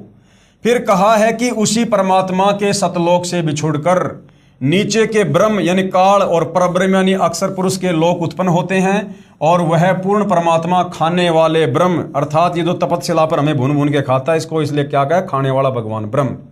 और वह पूर्ण परमात्मा यानी कबीर देव खाने वाले ब्रह्म अर्थात काल से, क्योंकि ब्रह्म काल विराट श्रापवश 1,00,000 मानव शरीरधारी प्राणियों को खाता है, इसलिए काल को, इस ब्रह्म को खाने वाला भगवान कहा है। तथा न खाने वाले यानी ये परब्रह्म अक्षर पुरुष जो अपने लोक की आत्माओं को तपस्या पे भून भून के नहीं खाता है, तथा न खाने वाले परब्रह्म अर्थात अक्षर पुरुष से परब्रह्म प्राणियों को खाता नहीं, परंतु जन्म मृत्यु और ये कर्म दंड जो का त्यों बना रहता है, उनसे भी ऊपर सर्वत्र व्याप्त है। यानी कबीर परमात्मा तो इन दोनों भगवानों क्षर पुरुष और अक्षर पुरुष से भी ऊपर सर्वत्र व्याप्त है। तथा इस पूर्ण परमात्मा की प्रभुता सर्व के ऊपर है। कबीर परमेश्वर ही कुल का मालिक है, जिसने अपनी शक्ति को सभी के ऊपर फैलाया है, जैसे सूर्य अपने प्रकाश को सभी के ऊपर फैलाकर प्रभावित करता है। ऐसे पूर्ण परमात्मा ने अपनी शक्ति रूपी रेंज यानी क्षमता को सर्व ब्रह्मांडों को नियंत्रित रखने के लिए छोड़ा हुआ है। जैसे मोबाइल फोन का टावर एक देशीय होते हुए यानी एक जगह होते हुए अपनी शक्ति अर्थात मोबाइल फोन की रेंज चारों ओर फैलाए रहता है, इसी प्रकार पूर्ण प्रभु कबीर देव ने अपनी निराकार शक्ति सर्वव्यापक की है, जिससे पूर्ण परमात्मा सर्व ब्रह्मांडों को एक स्थान पर बैठकर नियंत्रित रखता है। इसी का प्रमाण आदरणीय गरीबदास जी महाराज दे रहे हैं। अमृतवाणी राग कल्याण तीन चरण चिंतामणि साहेब शेष बदन पर छाए, और माता पिता कुल न बंधु ना किन जननी जाए। ऋग्वेद मंडल 10 सूक्त 90 मंत्र 5 में भी सृष्टि रचना को लेकर और बहुत सारी बातें लिखी हैं। संस्कृत में श्लोक आप जियों के सामने है, प्रत्येक शब्द का हिंदी में अनुवाद है। हम सीधा भावार्थ पे चलेंगे। उपरोक्त मंत्र 4 में वर्णित तीनों लोकों अगम लोक, अलख लोक तथा शतलोक की रचना के बाद पूर्ण परमात्मा ने ज्योति निरंजन यानी ब्रह्म यानी काल की उत्पत्ति की, अर्थात उसी सर्वशक्तिमान परमात्मा पूर्ण ब्रह्म यानी कबीर देव कबीर प्रभु से ही विराट अर्थात ब्रह्म यानी काल की उत्पत्ति हुई। यही प्रमाण गीता अध्याय 3 मंत्र 15 में है कि अक्षर पुरुष यानी वो परब्रह्म अर्थात अविनाशी प्रभु से ब्रह्म उत्पन्न हुआ। यही प्रमाण अथर्ववेद कांड 4 अनुवाक 1 सूक्त 3 में है कि पूर्ण ब्रह्म ने यानी कबीर देव ने ब्रह्म यानी काल की उत्पत्ति हुई। उसी पूर्ण ब्रह्म ने यानी कबीर देव ने भूमिम मानी भूमि आदि छोटे बड़े सर्व लोकों की रचना की। वह पूर्ण ब्रह्म इस विराट भगवान अर्थात ब्रह्म से भी बड़ा है यानी काल से भी बड़ा है, अर्थात इसका भी मालिक है। फिर ऋग्वेद मंडल 10 सूक्त 90 मंत्र 15, ये संस्कृत में श्लोक आप जियों के सामने है। प्रत्येक शब्द का हिंदी में गुरुदेव भगवान ने अनुवाद किया हुआ है, आप जी देख सकते हैं। हम सीधा भावार्थ पे चलते हैं। 7 संख्य ब्रह्मांड परब्रह्म के तथा 21 ब्रह्मांड ब्रह्म के हैं, जिनमें गोलाकार सीमा में बंद पाप कर्मों की आग में जल रहे प्राणियों को वास्तविक पूजा विधि बताकर सही उपासना करवाता है यानी सही भक्ति करवाता है, जिस कारण से बलि दिए जाने वाले पशु की तरह जन्म मृत्यु के काल ब्रह्म के खाने के लिए तपतशिला के कष्ट से पीड़ित भगतात्माओं को काल के कर्म बंधन के फैलाए जाल को तोड़कर बंधन रहित करता है, अर्थात बंधन छुड़वाने वाला बंदी छोड़ है। कौन? कबीर भगवान। इसी का प्रमाण पवित्र यजुर्वेद अध्याय 5 मंत्र 32 में भी है कि कबीर अंगारियसी यानी कबीर परमेश्वर, अंग यानी पाप का, अरि यानी शत्रु, असी मानी है यानी वो कबीर परमात्मा हमारे पाप कर्मों का शत्रु है, यानी अपनी सत भक्ति से हमारे पाप कर्मों को काटता है, अर्थात पाप विनाशक कबीर है। बम्भारी असी, बम्भारी यानी बंधन का शत्रु, अर्थात बंदी छोड़ कबीर परमेश्वर ही है। फिर ऋग्वेद मंडल 10 सूक्त 90 मंत्र 16 सृष्टि रचना के विषय में क्या कहता है, श्लोक आप जियों के सामने है। प्रत्येक शब्द का हिंदी में अनुवाद किया हुआ है। हम सीधे भावार्थ पे चलते हैं। जो निर्विकार जिन्होंने मांस शराब तमाकू सेवन करना त्याग दिया, यानी पूर्ण तत्वदर्शी संत की शरण में आकर जिन भगत आत्माओं ने सारे विकार त्याग दिए, यानी जो निर्विकार हो गए, जो हंस की श्रेणी में आ गए, काम क्रोध लोभ मोह अहंकार जिन्होंने त्याग दिए, क्योंकि परमात्मा कहते हैं कि कामी क्रोधी लालची इनसे भक्ति ना होए, भक्ति करे कोई सूरमा जात वर्ण कुल खोए। तो यहाँ क्या कहा जा रहा है? जो निर्विकार जिन्होंने मांस शराब तंबाकू सेवन करना त्याग दिया है तथा अन्य बुराइयों से रहित हैं, चोरी जारी ठगी धोखाधड़ी इन सब से दूर हैं, और देव स्वरूप भगत आत्माएं शास्त्र विधि रहित पूजा को त्याग कर और शास्त्र अनुकूल साधना करते हैं, वे भक्ति की कमाई से धनी होकर काल के ऋण यानी उस कर्जे से मुक्त होकर अपनी सत्य भक्ति की कमाई के कारण उस सर्व सुखदायी परमात्मा को प्राप्त करते हैं, अर्थात सतलोक चले जाते हैं, अर्थात सतलोक चले जाते हैं, जहां पर सर्वप्रथम रची सृष्टि के देव स्वरूप अर्थात पाप रहित हंस आत्मा रहती हैं। कहाँ चले जाएंगे? सतलोक, जिस सतलोक में पाप रहित हंस आत्माएं रहती हैं।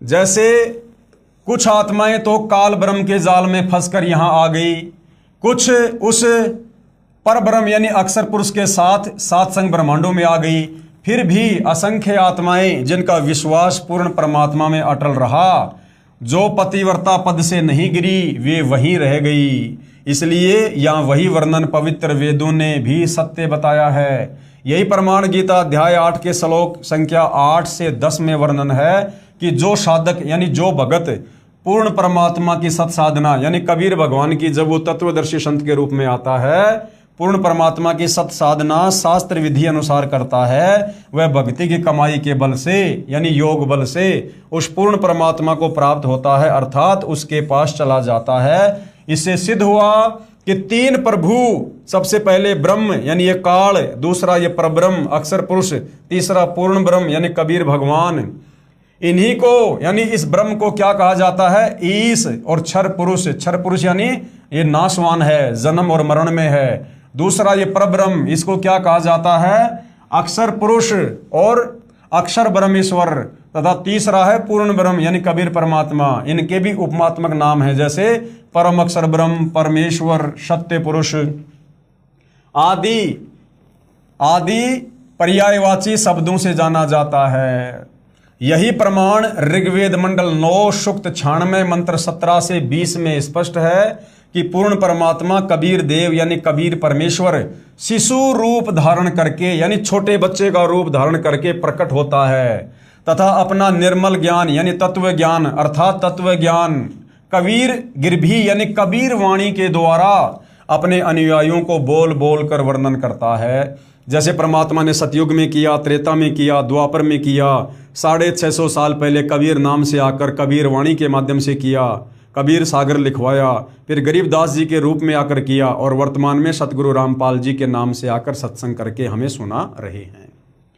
वह कबीर देव कबीर परमेश्वर ब्रह्म यानी क्षर पुरुष के धाम यानी 21 ब्रह्मांड तथा पर ब्रह्म यानी अक्षर पुरुष के धाम यानी 7 संग ब्रह्मांड से भिन्न जो पूर्ण ब्रह्म परम अक्षर पुरुष का तीसरा रित धाम यानी सतलोक है, उसमें आकार में विराजमान है, सहशरीर है, मानव सदृश है तथा सतलोक से चौथा अनामी लोक है, उसमें भी यही कबीर देव कबीर परमेश्वर अनामी पुरुष रूप में मनुष्य सदृश आकार में विराजमान है। अब आगे भाइयों और बहनों, जो सृष्टि रचना हमने इस पवित्र आध्यात्मिक पुस्तक ज्ञान गंगा में जो कि परमेश्वर रामपाल जी के द्वारा लिखी गई है, इस पवित्र पुस्तक ज्ञान गंगा में लिखी सृष्टि रचना का समर्थन ये पवित्र श्रीमद देवी महापुराण यानी जिसको दुर्गा पुराण भी कहते हैं, इसमें भी ज्यों का त्यों लिखा हुआ है। यानी किसी को शंका ना हो कि ज्ञान गंगा पुस्तक में जो सृष्टि रचना लिखी है भाई वो तो बनावटी होगी या वैसे लिख दी होगी। तो हमारे धर्मशास्त्र अभी केवल हिंदू समाज के जो धर्मशास्त्र हैं, वैसे तो ये सारे विश्व के हैं, किसी एक धर्म विशेष के शास्त्र नहीं है। चारों वेद गीता जी ये सर्व मानव समाज के लिए हैं, पूरे विश्व के लिए हैं। लेकिन इस काल ने हमारे को अलग अलग धर्मों में बांट दिया, तो हम लोगों ने अपनी नादानी के चलते शास्त्रों को भी अलग अलग बांट लिया। तो विशेषकर जो हिंदू समाज के जो ये 18 पुराण हैं और चारों वेद हैं, गीता जी हैं, इनमें भी सृष्टि रचना का समर्थन जो सृष्टि रचना सतगुरु रामपाल जी ने 5वें वेद सूक्ष्म वेद से बताई है, ज्यों का त्यों समर्थन हमारे धर्म ग्रंथ कर रहे हैं। तो श्रीमद देवी महापुराण यानी दुर्गा पुराण में सृष्टि रचना का प्रमाण है, ताकि विशेषकर हिंदू समाज से जुड़े भाई बहनों को, श्रद्धालुओं को इस बात पर विश्वास हो कि वास्तव में हम तो यहाँ काल के 21 ब्रह्मांडों में चाहे राजा बन के बैठे हैं, चाहे ब्रह्मा विष्णु महेश या देव पद प्राप्त हैं, हम यहाँ पर कहर भोग रहे हैं, हम यहाँ पर जेल काट रहे हैं। और हमारे को मनुष्य जन्म प्राप्त होने का मुख्य मकसद यही है कि हम यहाँ से अपनी आत्मा का कल्याण करवाएं, और दूसरा इस मनुष्य जन्म का कोई प्रयोजन नहीं है। और काल हमें बिना तत्व ज्ञान के, बिना सतगुरु के हमें इसी प्रकार से इन झूठे सुखों में उलझा के रखना चाहता है, ताकि ये मनुष्य जन्म जो इस काल के द्वारा देना इसकी मजबूरी है, क्योंकि परमात्मा ने विधान बना रखा है कि भैया 84 लाख योनियों का कष्ट भोगने के बाद तूने इन आत्माओं को एक मनुष्य जन्म देना पड़ेगा। तो इस काल की मजबूरी है मनुष्य जन्म देना, और ये काल इस मनुष्य जन्म में इतनी गफलत करवाता है, ये हमें पूर्ण संत के संपर्क में नहीं आने देना चाहता। अपने नकली संत आचार्य शंकराचार्य मुल्ला मौलवी पोप पादरी ये भेज कर हमें शत भक्ति से दूर करता है और शास्त्र विरुद्ध साधना पर लगा के रखता है। कर्म कांड, ये तीर्थों की पूजा, धामों की पूजा, पेड़ों की पूजा, पर्वतों की पूजा, मंदिर मस्जिद चर्च गुरुद्वारे, ये सब इस काल का भयंकर जाल है, ताकि हम इस समय जब हम मनुष्य जन्म में हों हम किसी पूर्ण संत के संपर्क में ना आ जाएं, हमें सृष्टि रचना की जानकारी ना हो जाए और हम काल के 21 ब्रह्मांड से बाहर ना निकल जाएं, वरना फिर ये खाएगा क्या, इसको अपने भोजन की चिंता है। इसलिए भाइयों और बहनों, ये इतना चिंतित रहता है और हमें भक्ति से दूर बैठा के रखता है। लेकिन वो दयालु परमात्मा, रहनुमा परमात्मा, वो करीम अल्लाह, सारी सृष्टि का मालिक, कबीर देव, कबीर भगवान, जिनके हम सभी संतान हैं, वो परमेश्वर आप और हम पर दया युक्त होकर और एक तत्वदर्शी संत का चोला धारण करके अपने तेजोमय शरीर को हल्का करके परमात्मा यहाँ पर मनुष्य दृश्य रूप में प्रकट होता है और हमें अपने सतज्ञान से परिचित करवाता है, हमें ज्ञान सुनाता है, सृष्टि रचना बताता है और हमारी आत्मा में कोई संशय ना हो इसके लिए सर्व धर्म शास्त्रों से प्रमाणित भी करता है। और जो अधिकारी आत्मा होती हैं, जिनका इस काल के लोक से झंझट समाप्त होना होगा, उन आत्माओं को परमेश्वर अवश्य अपना ज्ञान समझाते हैं, उनकी बुद्धि अवश्य उनके संस्कारवश ओपन होती है और वो आत्माएं अपनी आत्मा का कल्याण करवा लेती हैं। तो आप सभी भाई बहनों से प्रार्थना है, विनती है, अगर किसी के संस्कार कमज़ोर हैं, समझ में नहीं आ रही ये बात, तो वर्तमान में संस्कारों को मजबूत बनाया जा सकता है, क्योंकि संस्कार मजबूत बनते हैं पूर्ण संत की शरण में आकर शास्त्र अनुकूल शत भक्ति करने से। तो आज मौका है सतगुरु रामपाल जी के ज्ञान को जैसा भी आपको समझ में आ रहा है थोड़ा बहुत समझकर और तुरंत सतगुरु रामपाल जी से दीक्षा प्राप्त करें और आगे भक्ति मार्ग में कदम बढ़ाएं, ताकि भाई और बहनों ये असंख्य जन्मों का कष्ट हमारा समाप्त हो सके। तो भाई और बहनों, आज के इस वीडियो में केवल इतना ही, जो पवित्र पुस्तक ज्ञान गंगा के ऊपर बनाए जा रहे हैं। सृष्टि रचना का ये प्रकरण चल रहा है, तो अगले वीडियो में हम सृष्टि रचना का हमारे धर्मशास्त्रों में कहाँ जो है सबूत है, प्रमाण है, वो हम श्री पवित्र मद देवी महापुराण में देखेंगे, समझेंगे और हमारे विश्वास को हम दृढ़ करेंगे। तो आज के वीडियो में केवल इतना ही। पूज्य गुरुदेव भगवान हम सभी को आशीर्वाद दे, आज्ञा दे, सद्बुद्धि दे, हमारा मार्गदर्शन करें, हमें भ्रमने भटकने से बचाएं और इस पवित्र पुस्तक ज्ञान गंगा के अनमोल तत्व ज्ञान को हमें समझने की शक्ति प्रदान करें, आशीर्वाद दें। बंदी छोड़ सतगुरु रामपाल जी परमेश्वर जी की जय हो।